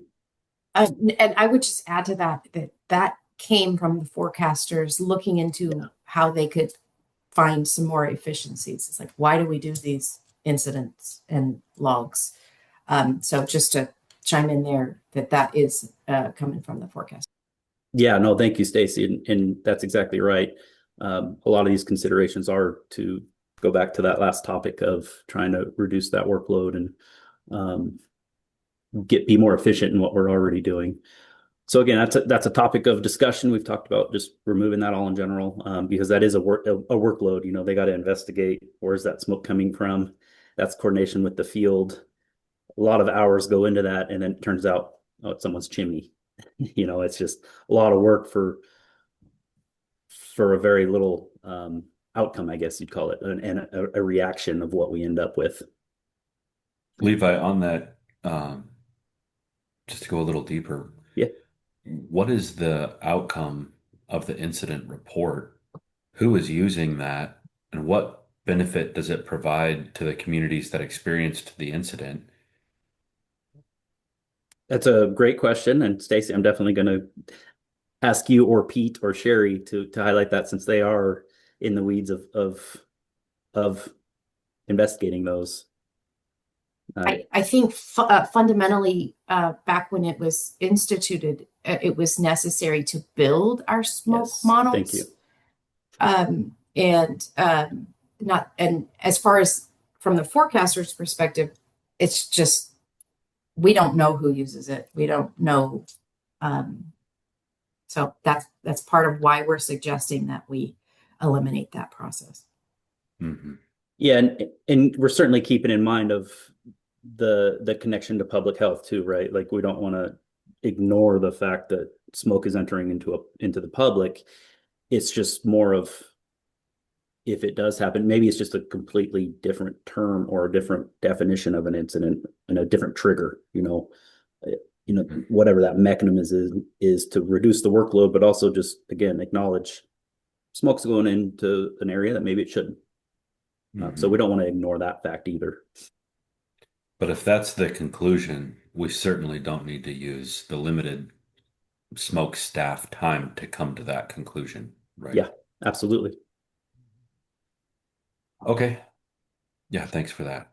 You bet. And yeah, as I walk through these, I mean, whatever you guys feel appropriate to bring up conversations and questions, I think that's appropriate. I think we got how much time in this topic? For 30 minutes, 45 minutes? Yeah. We've got 50 minutes. Okay, great. A little over an hour if we combine the rulemaking process piece. So I would encourage the whole committee. Levi, are you looking for us to support, endorse, discuss, oppose, or are we just to kind of hear what's on your minds? Or yeah, I think a little bit of everything, honestly, hearing what we're thinking, and then also maybe filling in the gaps of maybe what we're not spending time on. Because I do think obviously there'll be time for probably everyone on this committee to participate in the rack and be part of that bigger final product. But, this is really an agency lens and us putting our heads together. And we certainly want to hear more from committee members and who you guys represent on what would be a good thing to dive into. So great. Thanks, Levi. James, you've got your hand up. Levi, one thought on the smoke incidents. I think that probably makes sense from a rulemaking standpoint, but just one thing that comes to mind is, those are learning opportunities for us, for implementers, as well as for forecasters, to understand, what went wrong in that particular incident. I know that there's probably at least one or a couple of tools out there that would give us that opportunity to at least put a little bit of an indication on, did we blow a forecast? Did we blow implementation and how we carried out that burn? And I'd hope that we would still, within the administrative side of it, within the implementation of the smoke management plan, we'd still find an opportunity to make those learning opportunities so that our first learning opportunity isn't an intrusion. Yeah, I fully agree and hear you loud and clear there, James. I think that's a great point. And that's exactly the feedback on all this that we're looking for. So thank you. Great. Thanks for that, James. Scott, do you have anything to add? Leslie? Yeah, I was just going to say that, am I muted now? Yeah, I'm not muted. I was just going to say that, not to increase anybody's workload here, but if there was an incident and if OHA could demonstrate that more people entered the emergency room, than a normal, quote, normal day, that would help to me kind of cement the conclusion that that the intrusion's not incredibly harmful here. Do you understand that, Gabriel? Hi. Yeah. Sorry to come back late. So I think to your point, that's why we're engaging and why we want to help inform this. And, again, just starting from that premise that forest treatment is going to reduce the harm from wildfire if we can treat forests near communities. And so part of what the reality is that it's going to be very small numbers, unless you're doing a West Bend scale event. It will take us kind of collecting the data over time to take a look on the whole, where we've seen smoke intrusions, what are we seeing in terms of the data? We are literally by law restricted from sharing it's called a small numbers issue. When it's a very small number, they figure that it's possible to identify people, individuals. If we try to highlight, and especially in a small community, that certain, this many individuals went to the emergency department, that type of thing. So we have some legal restrictions on being able to share data about that. Okay. But we can share aggregated data over time. So our interest, I'm sorry, I'm jumping in the middle of the conversation, is how do we collect data about where smoke happened over time? Because we can collect the data about who walked into emergency departments, and then also that's the immediate surveillance that we do of in almost real time.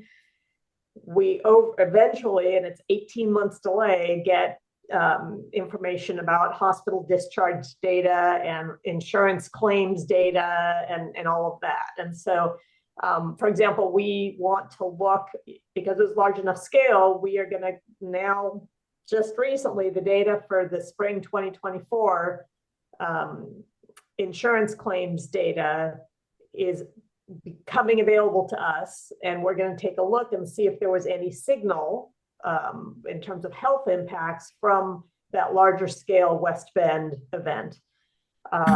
So we are cognizant that it is a workload and cost issue for ODF to document this, but we're really struggling, and this is the conversations that our interagency team is having. How do we balance that? Because it's important to know, is there already a big smoke load from wood stoves? So is it prescribed fire smoke that's making a difference or not? It's still, for the person who's breathing, it makes a difference, right? So we're trying to navigate that issue, that what's the data that's most important and at what level of detail, so that we can collect data over time and be able to answer your question about what signal do we see in terms of health impacts from expanding the pace and scale of prescribed fire, or certainly the current level is small enough that it again would take a lot of accumulation of data for us to be able to paint that picture very accurately. So it might not be worth your time, I guess, if you have so many other pressing issues to zero in on a small community. The health, like you say, the numbers are kind of small in a small community, so you have to be careful making conclusions, I guess. Yeah, I don't know about not worth our time. I mean, I guess that's our job, to care about all the folks. I'm always trying to use data, I guess, to make some kind of a conclusion, and how my behavior might change after that conclusion was brought before me. And that's kind of where I was coming from here. But anyway, I won't belabor it too much. No. We are right there with you. And also we are trying to look at who is most affected, because that affects your interventions, right? If we see that it's kids under 4, that's a different communication strategy than if it's seniors with underlying health conditions, right? And so that's the kind of thing that we also are hoping. And again, we're thinking about a future where prescribed fire is happening at a much bigger scale than it's happening now. I think that's always hard for folks. Like, we think about where it's at right now, but the goal that we've been directed to try to get at is a much bigger scale. And so that's a lot more people being impacted. Great discussion, Gabriella. And, I think we do need to see a lot more of the West Bend scale projects if we're going to actually make a landscape level impact. And I understand the challenges around small numbers. Big data is often a challenge. How do you manage big data, analyze big data? But small numbers are a different issue, right? Because you can't wash it and there's no anonymity. If there's 5 people in the community and you say 2 went to the hospital, everybody knows who they were. Right. And then we also have to be careful not to conflate intrusion with incident, because we're talking about incident reports rather than intrusions. And I do appreciate James' comment about maybe not losing the ability to use incidents as learning opportunities, but maybe there's a way we can flag that as a learning opportunity and do a little analysis on what went wrong without having to go through all of what it takes to create an incident report, and what the smoke staff is having to work on just to identify, how do we do better next time? And maybe there's a streamlined approach to that.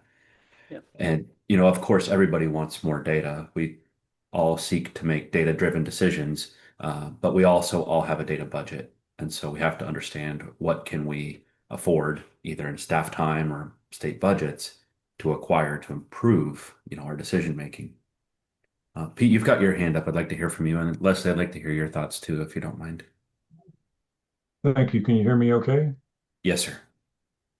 One suggestion that I have, and it was employed, I think, quite successfully over at Oregon Department of Agriculture when I was there, is to have someone other than the meteorologists be the ones that track the smoke. I think that's part of the issue in terms of our time budget for what we're trying to do statewide.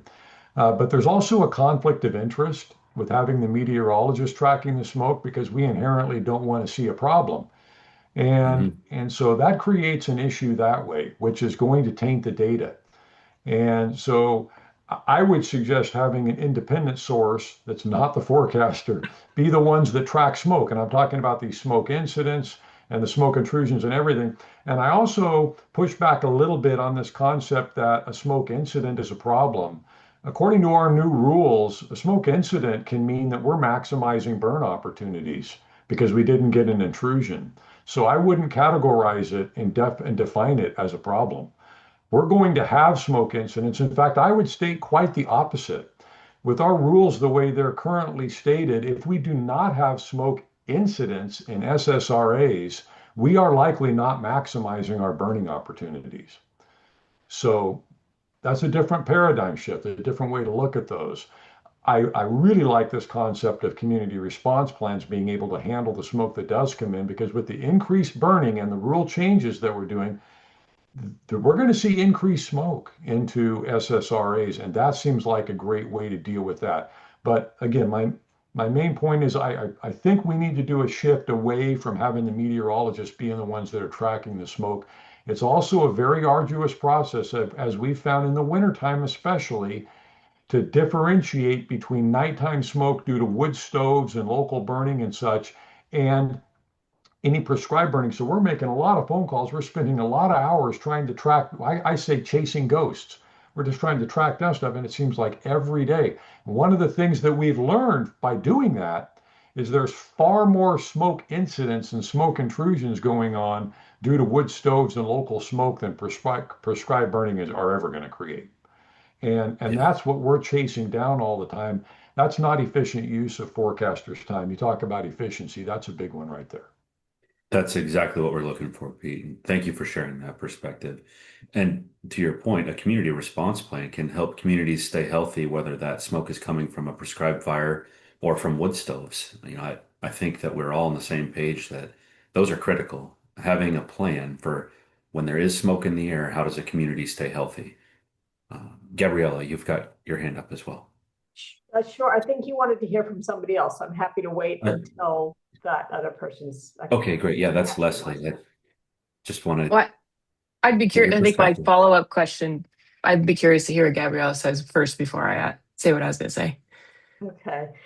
So a few different things. One, I really like the paradigm of the learning opportunity, and I hear what you're saying, Nick, on if you're not having incidents, we're not going up. That was the whole point of incidents used to be intrusions, and that was the whole point of the rule change in 2018, is so that those are no longer intrusions. At the same time,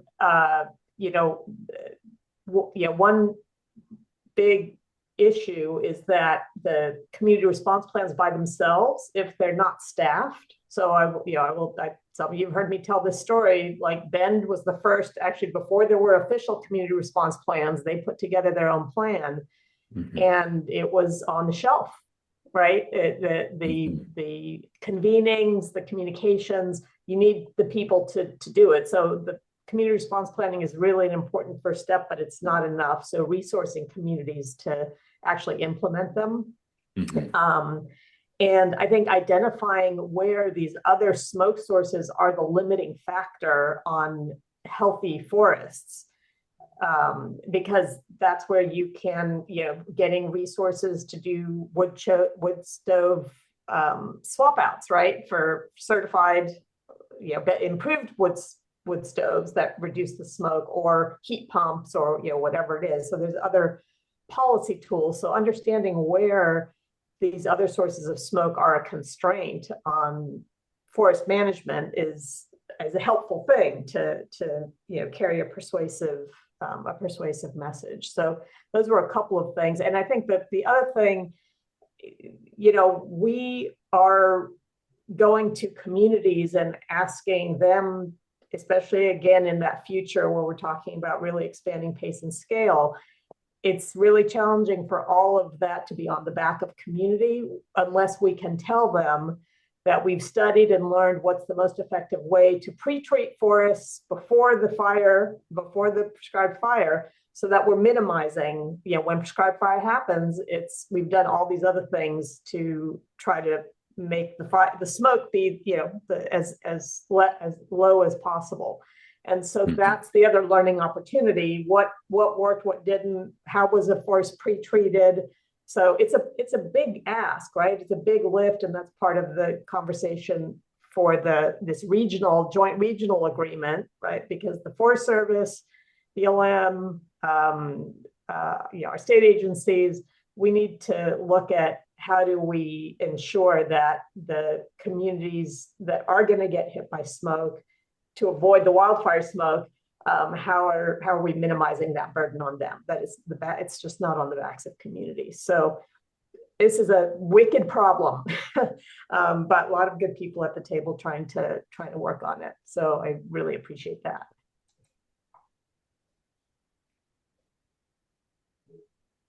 And Jan, I think my question was kind of going towards what Pete said, was that if you could take that incident work, that workload away from the forecasters, reduce that conflict of interest. But I think both you, Gabriella, and Pete, you kind of talked about like where was that workload actually going to go? And if it's going back towards the communities and there's not that capacity for it, is there a way within the smoke management rules in this change to provide an opportunity for that support to be given to whoever's going to take on that workload if we remove that responsibility from the management or from within the rules from our meteorologist? So maybe something just to continue to look for within the smoke rules is if we're eliminating that and pulling that out of the rules as a you shall do this, is there a way to provide a others may, or there's a way to provide that support that responsibility can be traded off to a different party? Yeah, and I think Gabriella already said she was going to take all that on, right, Gabriella? Isn't that what you told Totally. us? No, I hear you loud and clear, though, Leslie. That's a very good point, and I think you're right. That's where I'm hoping a RAC can also help maybe gear that conversation and help with that decision if we go that route. So Levi, that was kind of one proposed change that we've Well, discussed. Are there any others? There's a reason why I started with that one. I think that was a great conversation. And the other that one conversation is clearly not done, right? I don't mean to cut anybody off. No, there's going to be a lot more to talk about there. Yeah, absolutely. I think the next one, it sounds like we've already gotten a ton of support and a lot of alliance here of just, I think we had like a 2-hour meeting of just talking about SSRAs and do we change them? Do we get rid of them? What does it look like, right? And where we ended, and I think Michael Orman's still on here. Yeah, he is. Where we ended was ultimately we all agreed, I think we need to keep that.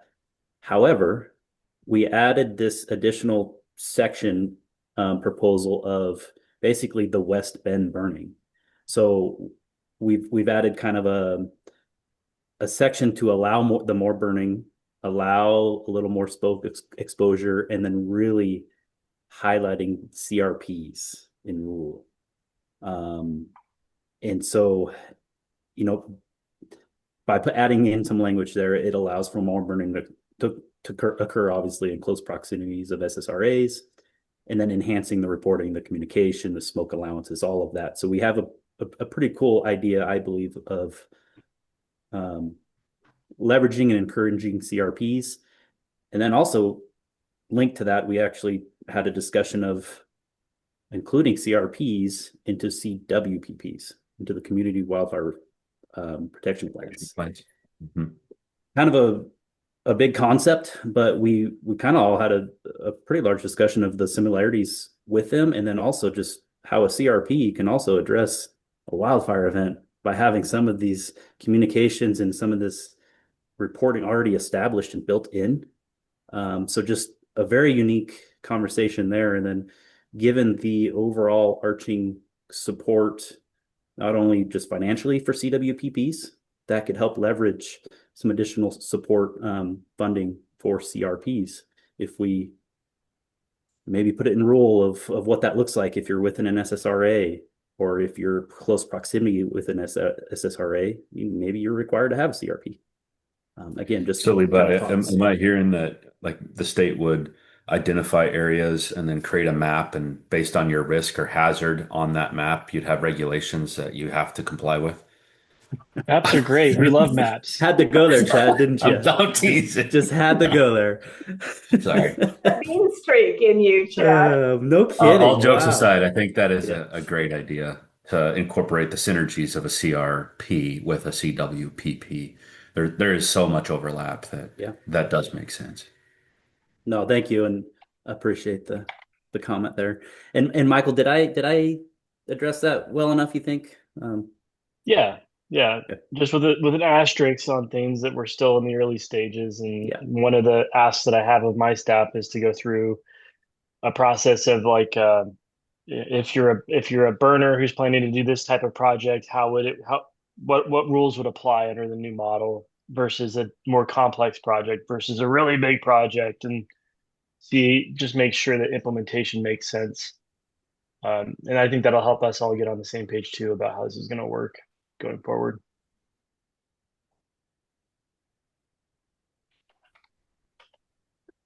Any other comments, or we can also come back if something comes up. Maybe just a comment towards Chad's offhand comment there as well. Is I think this is it's a fine line to walk towards building the conditions you want to see in the future, like seeing more CRPs without mandating them and putting that workload and that responsibility pre just too early.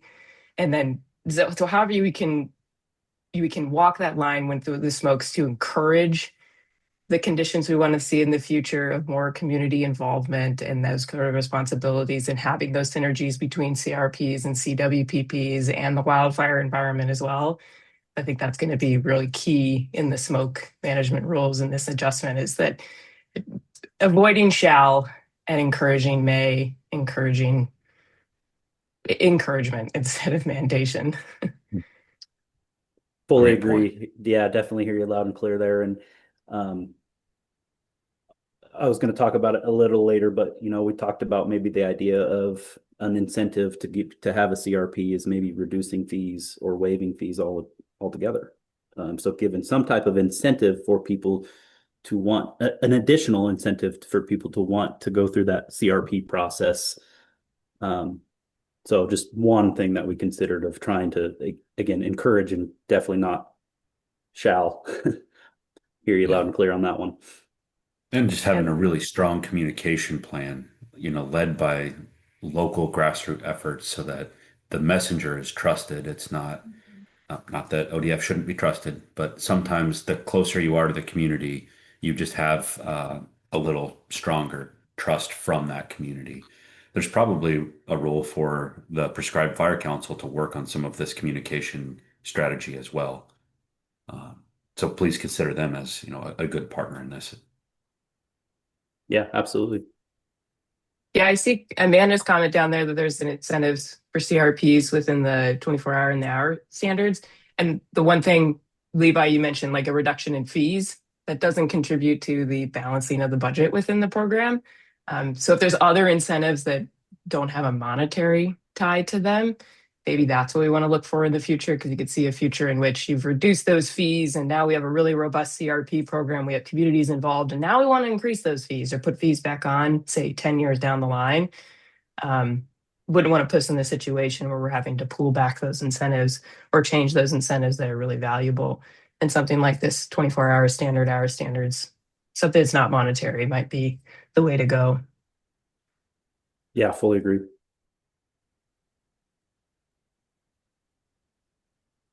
Another topic of discussion, I don't think it will be very controversial at all, is just putting in rule the requirement for ODF to establish and maintain an alternatives to burning webpage and keep that updated with additional resources, materials, especially with the continued engagement and work of air curtain incinerators, and just making sure that we're providing very clear opportunities for folks, alternatives for folks to when they don't want to burn. And quite honestly, I think we already do have a lot of that on our webpage already, but just highlighting it in rule that we will continue to keep those efforts up, especially as things change. Another one is just in rule streamlining and simplifying the billing process and the invoicing. Stacy can definitely touch on this a lot more than I can, but just we send out multiple invoices for one burn and different for registration versus when you accomplish it, and just trying to get some language in there to really simplify that. Don't have a whole lot of what that is yet, other than we know it needs to be simplified. And to be quite honest, the best and only way to be able to maybe do that is to update our database. and get a more modernized database. So Stacy, anything to add on that one? I would just add that when we're looking at the existing fee structure, it's 50 cents an acre for this, and it's $2.60 an acre for this, and it's $3.10 an acre for this, and if it's combined, it's this. And so I'm just looking to simplify that somehow. So that's the intent there. And yeah, thank you, Stacey. That actually leads right into that next topic is fees. As you can imagine, that's been a big topic of discussion. And just to highlight a couple things that are really untouchable in rule because they're in statute of what we can or cannot do. So one of those being just the registration fee. We're capped in statute to not increase that above 50 cents per acre. And we're at 50 cents per acre. So obviously we could lower it, but I think we all know that would defeat the purpose of the funding the program. So again, registration fee has to stay at 50 cents an acre. And the same with the minimum fee. We're really capped by statute where we're at already at $30. What we can change. So statute does allow fees to not exceed $5 an acre for the planning. So for your landing piles, your right-of-way piles, and your unit piles. And as Stacy alluded to, the current fee structure is $3.10 for landings and right-of-way piles, and then it's $2.60 for in-unit piles. So there's been discussion of fees have not increased in a while. We're certainly behind the curve when it's compared to CPI. So, we have discussed of, do we just have a flat fee of $5 an acre, no matter what the piles are? Or is it a different dollar amount? But trying to, again, simplify and really hopefully reduce even some confusion and some complications on what the piles are, what they're actually burning, and just making it a flat fee of a per acre fee, no matter what kind of burning you're doing, especially when it comes to prescribed fire, broadcast burning, pile burning, just simplify it. So again, conversations. Certainly haven't made any decisions there, but I do certainly want to hear folks' feedback on that while we have the time and thoughts. I have a couple thoughts on that. For us on the Forest Service, obviously we're the biggest users of the system. We average or budget about $250,000 a year. We don't have a special pot to fund smoke management fees, and so that's $250,000 we're not spending on the ground. It's not going to further treatments, right? And so the piles, 50 cents an acre, the registration, that's not a problem. But for us, if we're trying to, one of our largest or biggest motivators or drivers for the Forest Service is risk reduction, community protection. And so if we're spending more money on smoke management, those are additional acres we're not treating on the ground, especially with the, more of the broadcast burning or the underburning. I personally, I would love to see more of an incentive to burn those larger landscape units that do provide community protection, and maybe adjusting some of those fees downward. It's a significant cost. If we want to burn a few thousand acres multiple times for community, risk reduction, community protection, again, it's a significant cost. It isn't a barrier yet, but our budgets have largely been flat for 4 to 5 years. And it doesn't look like they're going to go up anytime soon. And so it will become cost prohibitive at some point. I would just like to see maybe a look into that for those, again, those types of units, those are our most expensive ones, at 310 per acre plus the registration fees.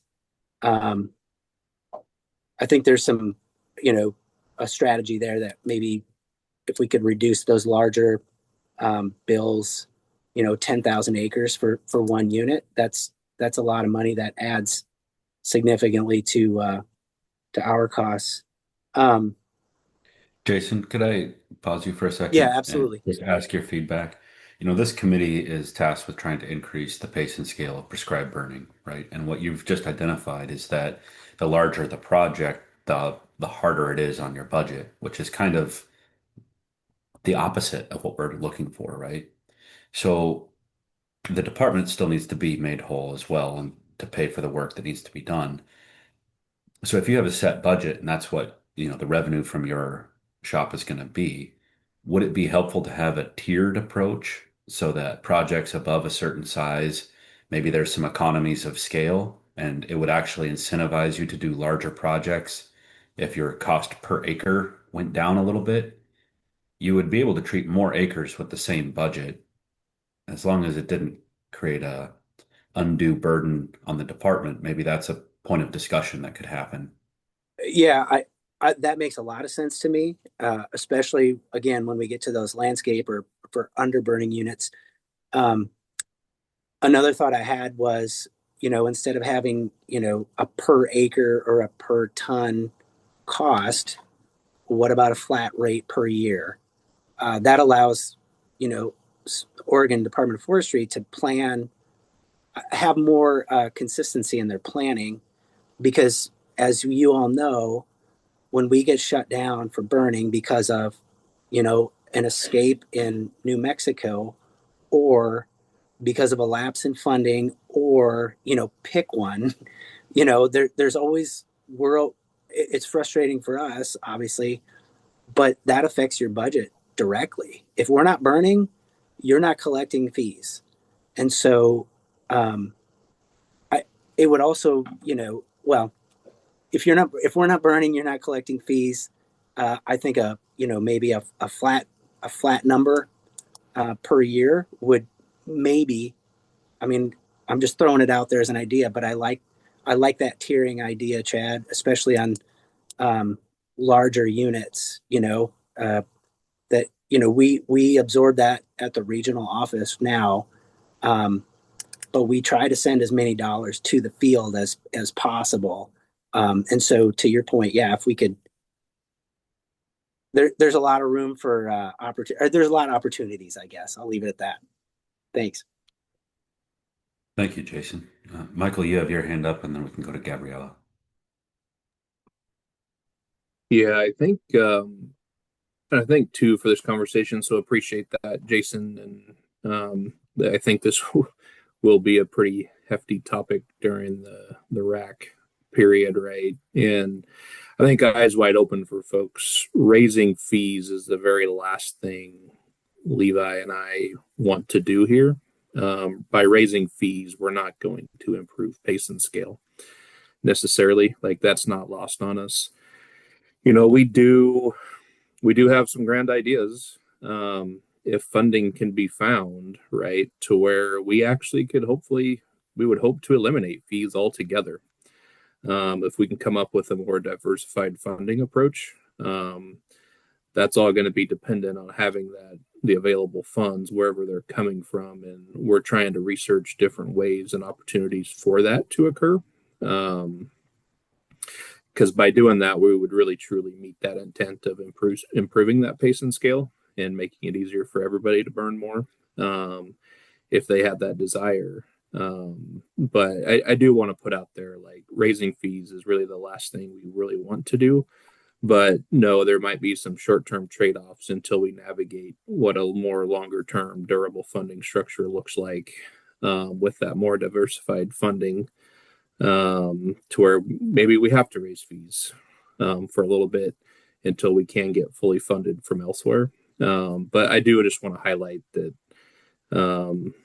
this probably won't be one of the more fun discussions in the rack, but it's also one of those things that for a short-term gain, we may have to do something in terms of raising fees a little bit. But just know there's a lot of work going on behind the scenes to try to come up with ways to where how we can either lower fees or eliminate fees altogether. But it all comes down to available funding and where it's coming from. Really helpful context, Michael. And, you know, I don't want the conversation to stop at just do we raise or keep the fees. I think another thing that I heard was streamlining how those fees are assessed and billed. And so I don't want, oh, we're not going to raise fees turn into, and we're also not going to streamline the billing and invoicing and all of that, because I think that is necessary work regardless. And additional, we can talk about the fees and what they actually are. Uh, Gabriella? Yeah. Jason, it's a little bit connected to the comment I was making before. I think about us going to community to really expand burning, and every dollar that you're having to pay in burn fees, I'm thinking, oh, well, that's dollars that could have gone to mechanical fitting or what, like there's an overall budget that it comprises this work. And you all may know it perfectly. It's not transparent to me, but it's kind of important information, both to advocate for what's needed and identify the gaps. So I don't know how that, in Oregon, Forest Service is at the top of the list in terms of figuring out how to do this in your community. So I just wanted to, and this is something maybe for under the joint agreement conversation, not so much here, but we're focused on the smoke end, but there's all these other things that lead up to it that also have interplay. So I'm not sure how we get at that in this conversation and for the SMAC, but it's an important part of the puzzle to figure out. Thank you for that, Gabriella. So Levi, we've got another 20 minutes on this agenda item. Do you have any other proposed changes for review? No, those were the big ones that I knew would create some good conversation, and I think it did. So I appreciate that. I certainly took some notes. I know Stacy probably did too. But I do, want to ask the question of what are we missing? Maybe what are we not digging into enough? Certainly don't have to come up with that now, but everyone can shoot Stacy an email or whatever after the meeting if thoughts come to mind. Absolutely. Thank you for that, Levi. We've got plenty of time if anyone from the committee would like to offer their thoughts or suggestions, ideas. Okay. Well, we can always follow up with Levi and or Stacy, after the meeting between now and the next meeting. And so with that, Stacy, would you like to lead our next agenda item of the acres registered versus accomplished and the 23-25? Yep, absolutely. The committee members got this ahead of time, but this is the work that was done from the ask from the last meeting, just to kind of quantify how much is not being burned, right? So the top box is all the acres registered and accomplished for all ownerships over the last 3 years. So you'll see the percentage is about a little over 28% going unburned. And I would just also, at the bottom here, there's a little reminder, registrations are good for 3 years. So some acreage burned in any calendar year could be from the 2 years prior. So it's not as black and white as, okay, we registered this many and we burned this many and that was left. So it's kind of that sliding scale. So you can have accomplished acres in 23 that might have been registered in 21 or 22. So then I have put them out by each ownership. So you see the Forest Service here, the total acres registered, total accomplished, and it comes out to about 40% unburned. As we move down, BLM has about 30% unburned, and the private, state, and other landowners are at the lowest at about 15%.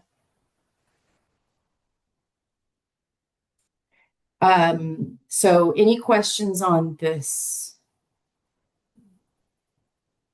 information? And does this kind of answer what you were wanting to know?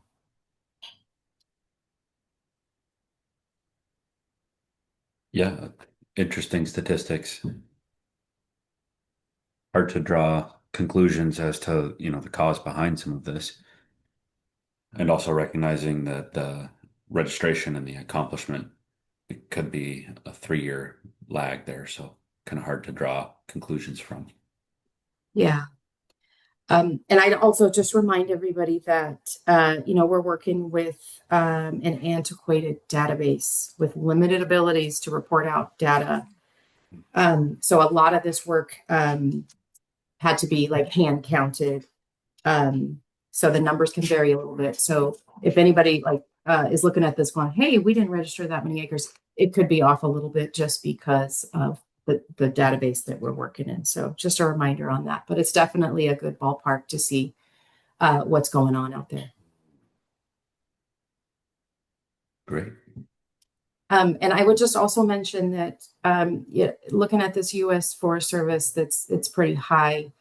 I have been working with the local folks and helping them to understand that they can register smaller blocks, and then as time goes on, add to that registration and then be invoiced at that point, rather than going in and registering the whole unit of 5,000 acres and hoping and praying you get enough weather windows to burn in 3 years, where you can just register a portion of that unit and then kind of see how it goes. And then you can always go in and add acres and then pay for them at that point, rather than the way it is now. You register 5,000 acres. The first time you light a match to it, you're going to pay for all 5,000 acres. So I have been working with them to try to help them understand that they can do that a little more incrementally.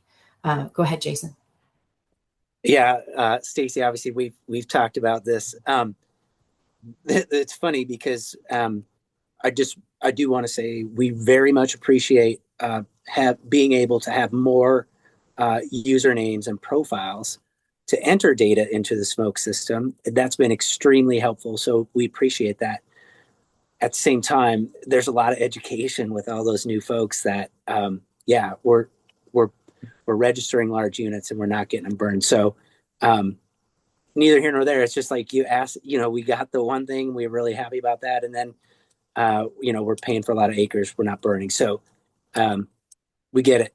We're working on it and hoping to reduce some of that going forward. But yeah, a lot of folks to reach. Yeah, absolutely. And I would just share with the committee that the mitigation unit plans on putting on some at least once a year, but hopefully twice a year in before spring burning and before fall burning, putting on a training that kind of goes over everything that we do, the forecasting side of it, the fuel estimating, Christina Clemens side of it, and then the administrative database rules side of it. So I think that'll be really helpful for folks. Stacy, that's great. Can you also make sure that the Oregon Prescribed Fire Council is on the distribution list for those trainings? Will do. Great. And James? Slightly off topic from what you're actually presenting, but related to the database, I'm just curious if there's been any discussion within the department as well as with legislatures about funding some upgrades to, for example, the smoke reporting and accounting system to make the system more modern and more applicable. Yeah, just related back to our conversation about efficiencies, right? If we have the tools in place that really cut back on labor and effort from everybody, whether that's your staff or implementers inputting information, I think there's a lot to be said there. And the more usable those systems are, as well as the more functionality they have with them, I think there's a lot to be said for that. So I'm curious if you guys have had any of those discussions about modernization of technology within your shop. Yeah, I definitely have. We we've known that we need a new database for some time. I think I shared that here with this group, but I have a ticket into our internal IT folks I've asked them to build me a new database. I put that ticket in about 9 months ago. And I know they have a lot of work on their plate. So I have not heard back from that. I don't know that it would be smart to build a new database until we know what the new rules are going to look like. So there's kind of in a waiting pattern there. And then there's also the thought of possibly going external to build our database. So to answer your question, James, definitely it's something high on our list that we know needs to be done. Go ahead, Michael. Yeah, and I think to help with that and that tack on, so Stacy's spot on, and anything we move forward with in terms of potential alternative revenue sources to help fund the smoke program, which general fund will be a portion of that, if not all of it, if we're able to get there. Building in additional SNS dollars and money for a new program would be on the list to include in it. Just eyes wide open for folks, and I'm sure the other state agencies that are on can attest to this, but we're still waiting on kind of those final instructions on if we can or can't even ask for policy option packages going into the 27-29 biennium. We're operating under the assumption there's probably a good chance we won't be able to move forward with anything, at least for the next biennium. So it's just with the revenue forecasts that are currently out there. An updated one will come out next week. There's just not a lot of money to go around. So we may be limited in what we can or can't even ask for, at least in the short term. But it's on the list to include the first time we actually can move forward with something. Thanks. I hear you guys loud and clear.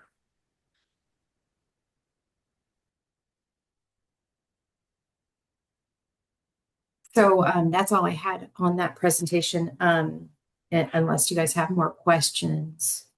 I did want to share that there was an ask from the June meeting to have information on revenue by burn types.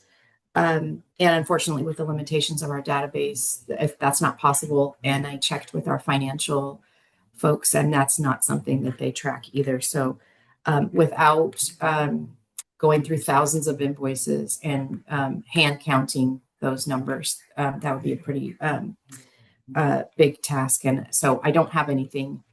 If that's something that you wanted, we could definitely talk about that, but it just know it would be quite a bit of work. And that's all I've got, Jen.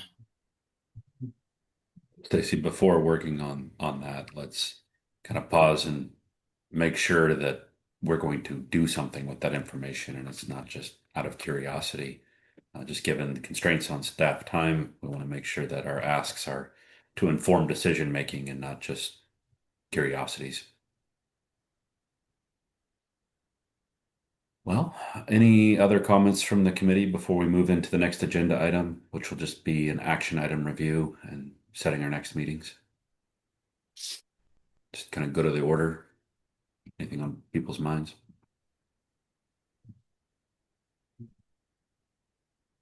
All right, Stacy, could you lead us through an action item review? I'm sorry, I didn't hear you, Chad. Would you be able to lead the committee through an action item review, kind of what we're going to be focusing on between now and the next meeting? Yep. Thank you. The first one I have is I'm going to send out that CRP grant info to everybody invited to this meeting. And then there was just a couple things about the expenditures and adding the intrusion to this CRP graph, or add the CRPs to the intrusion graph. And then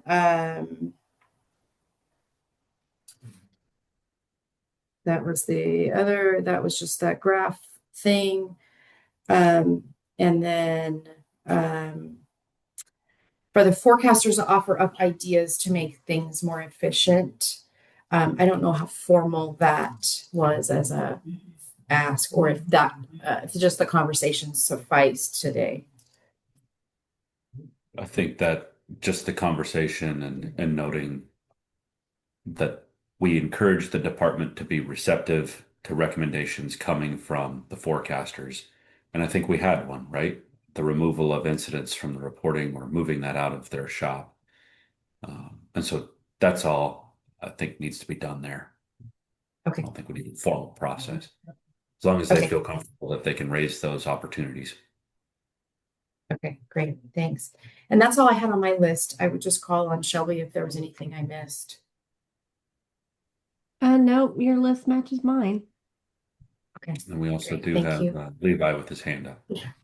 I just want to make sure I add here that, when it comes time to the building the rulemaking advisory committee, that we'll be coordinating directly with the chair, so with Chad, to figure out representation for the SMAC on that committee. But that's a ways down the road, but I just want to make sure that's clear that we do have a plan in place. Great. That's all I got. Thank you for that, Levi.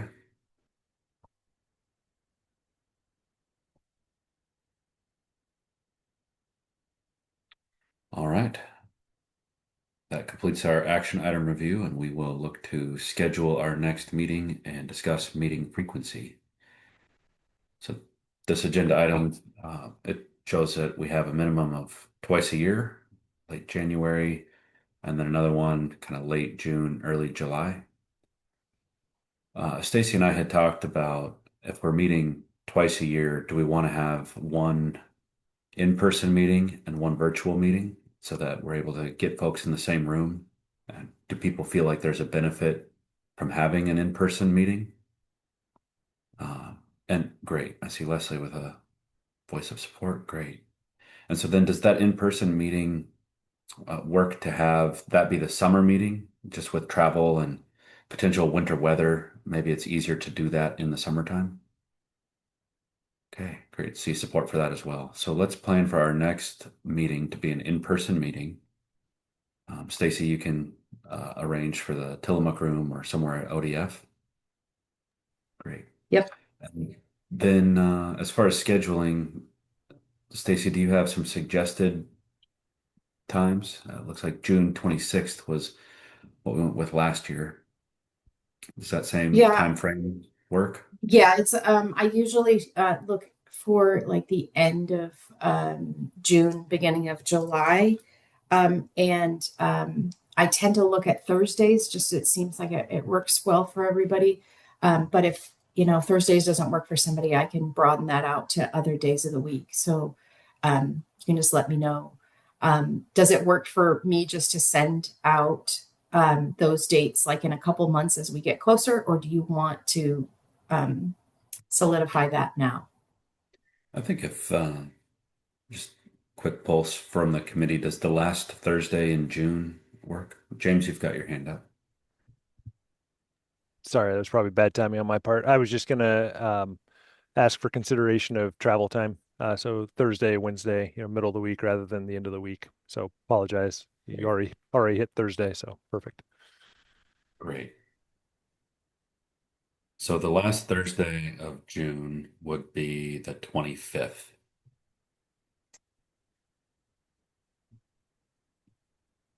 Anybody have any opposition to that they know of right away? Of course, that's 6 months from now and things may change, but Stacy, if you could send out a calendar hold for that would be great. Okay, and the Tillamook room is open, so. Okay. That is our last agenda item next to adjournment. So with that, thank you all. Appreciate the thoughtful discussion. We'll pause for a moment. Stacy, do you mind putting the June 25th date in the chat as well as the time? Probably the same time frame, 9 to noon-ish. I always just shoot for 9 to 3. And then if there's not the agenda items, then I just, shorten it. So June 25th. And hopefully we have enough agenda items to at least warrant lunch.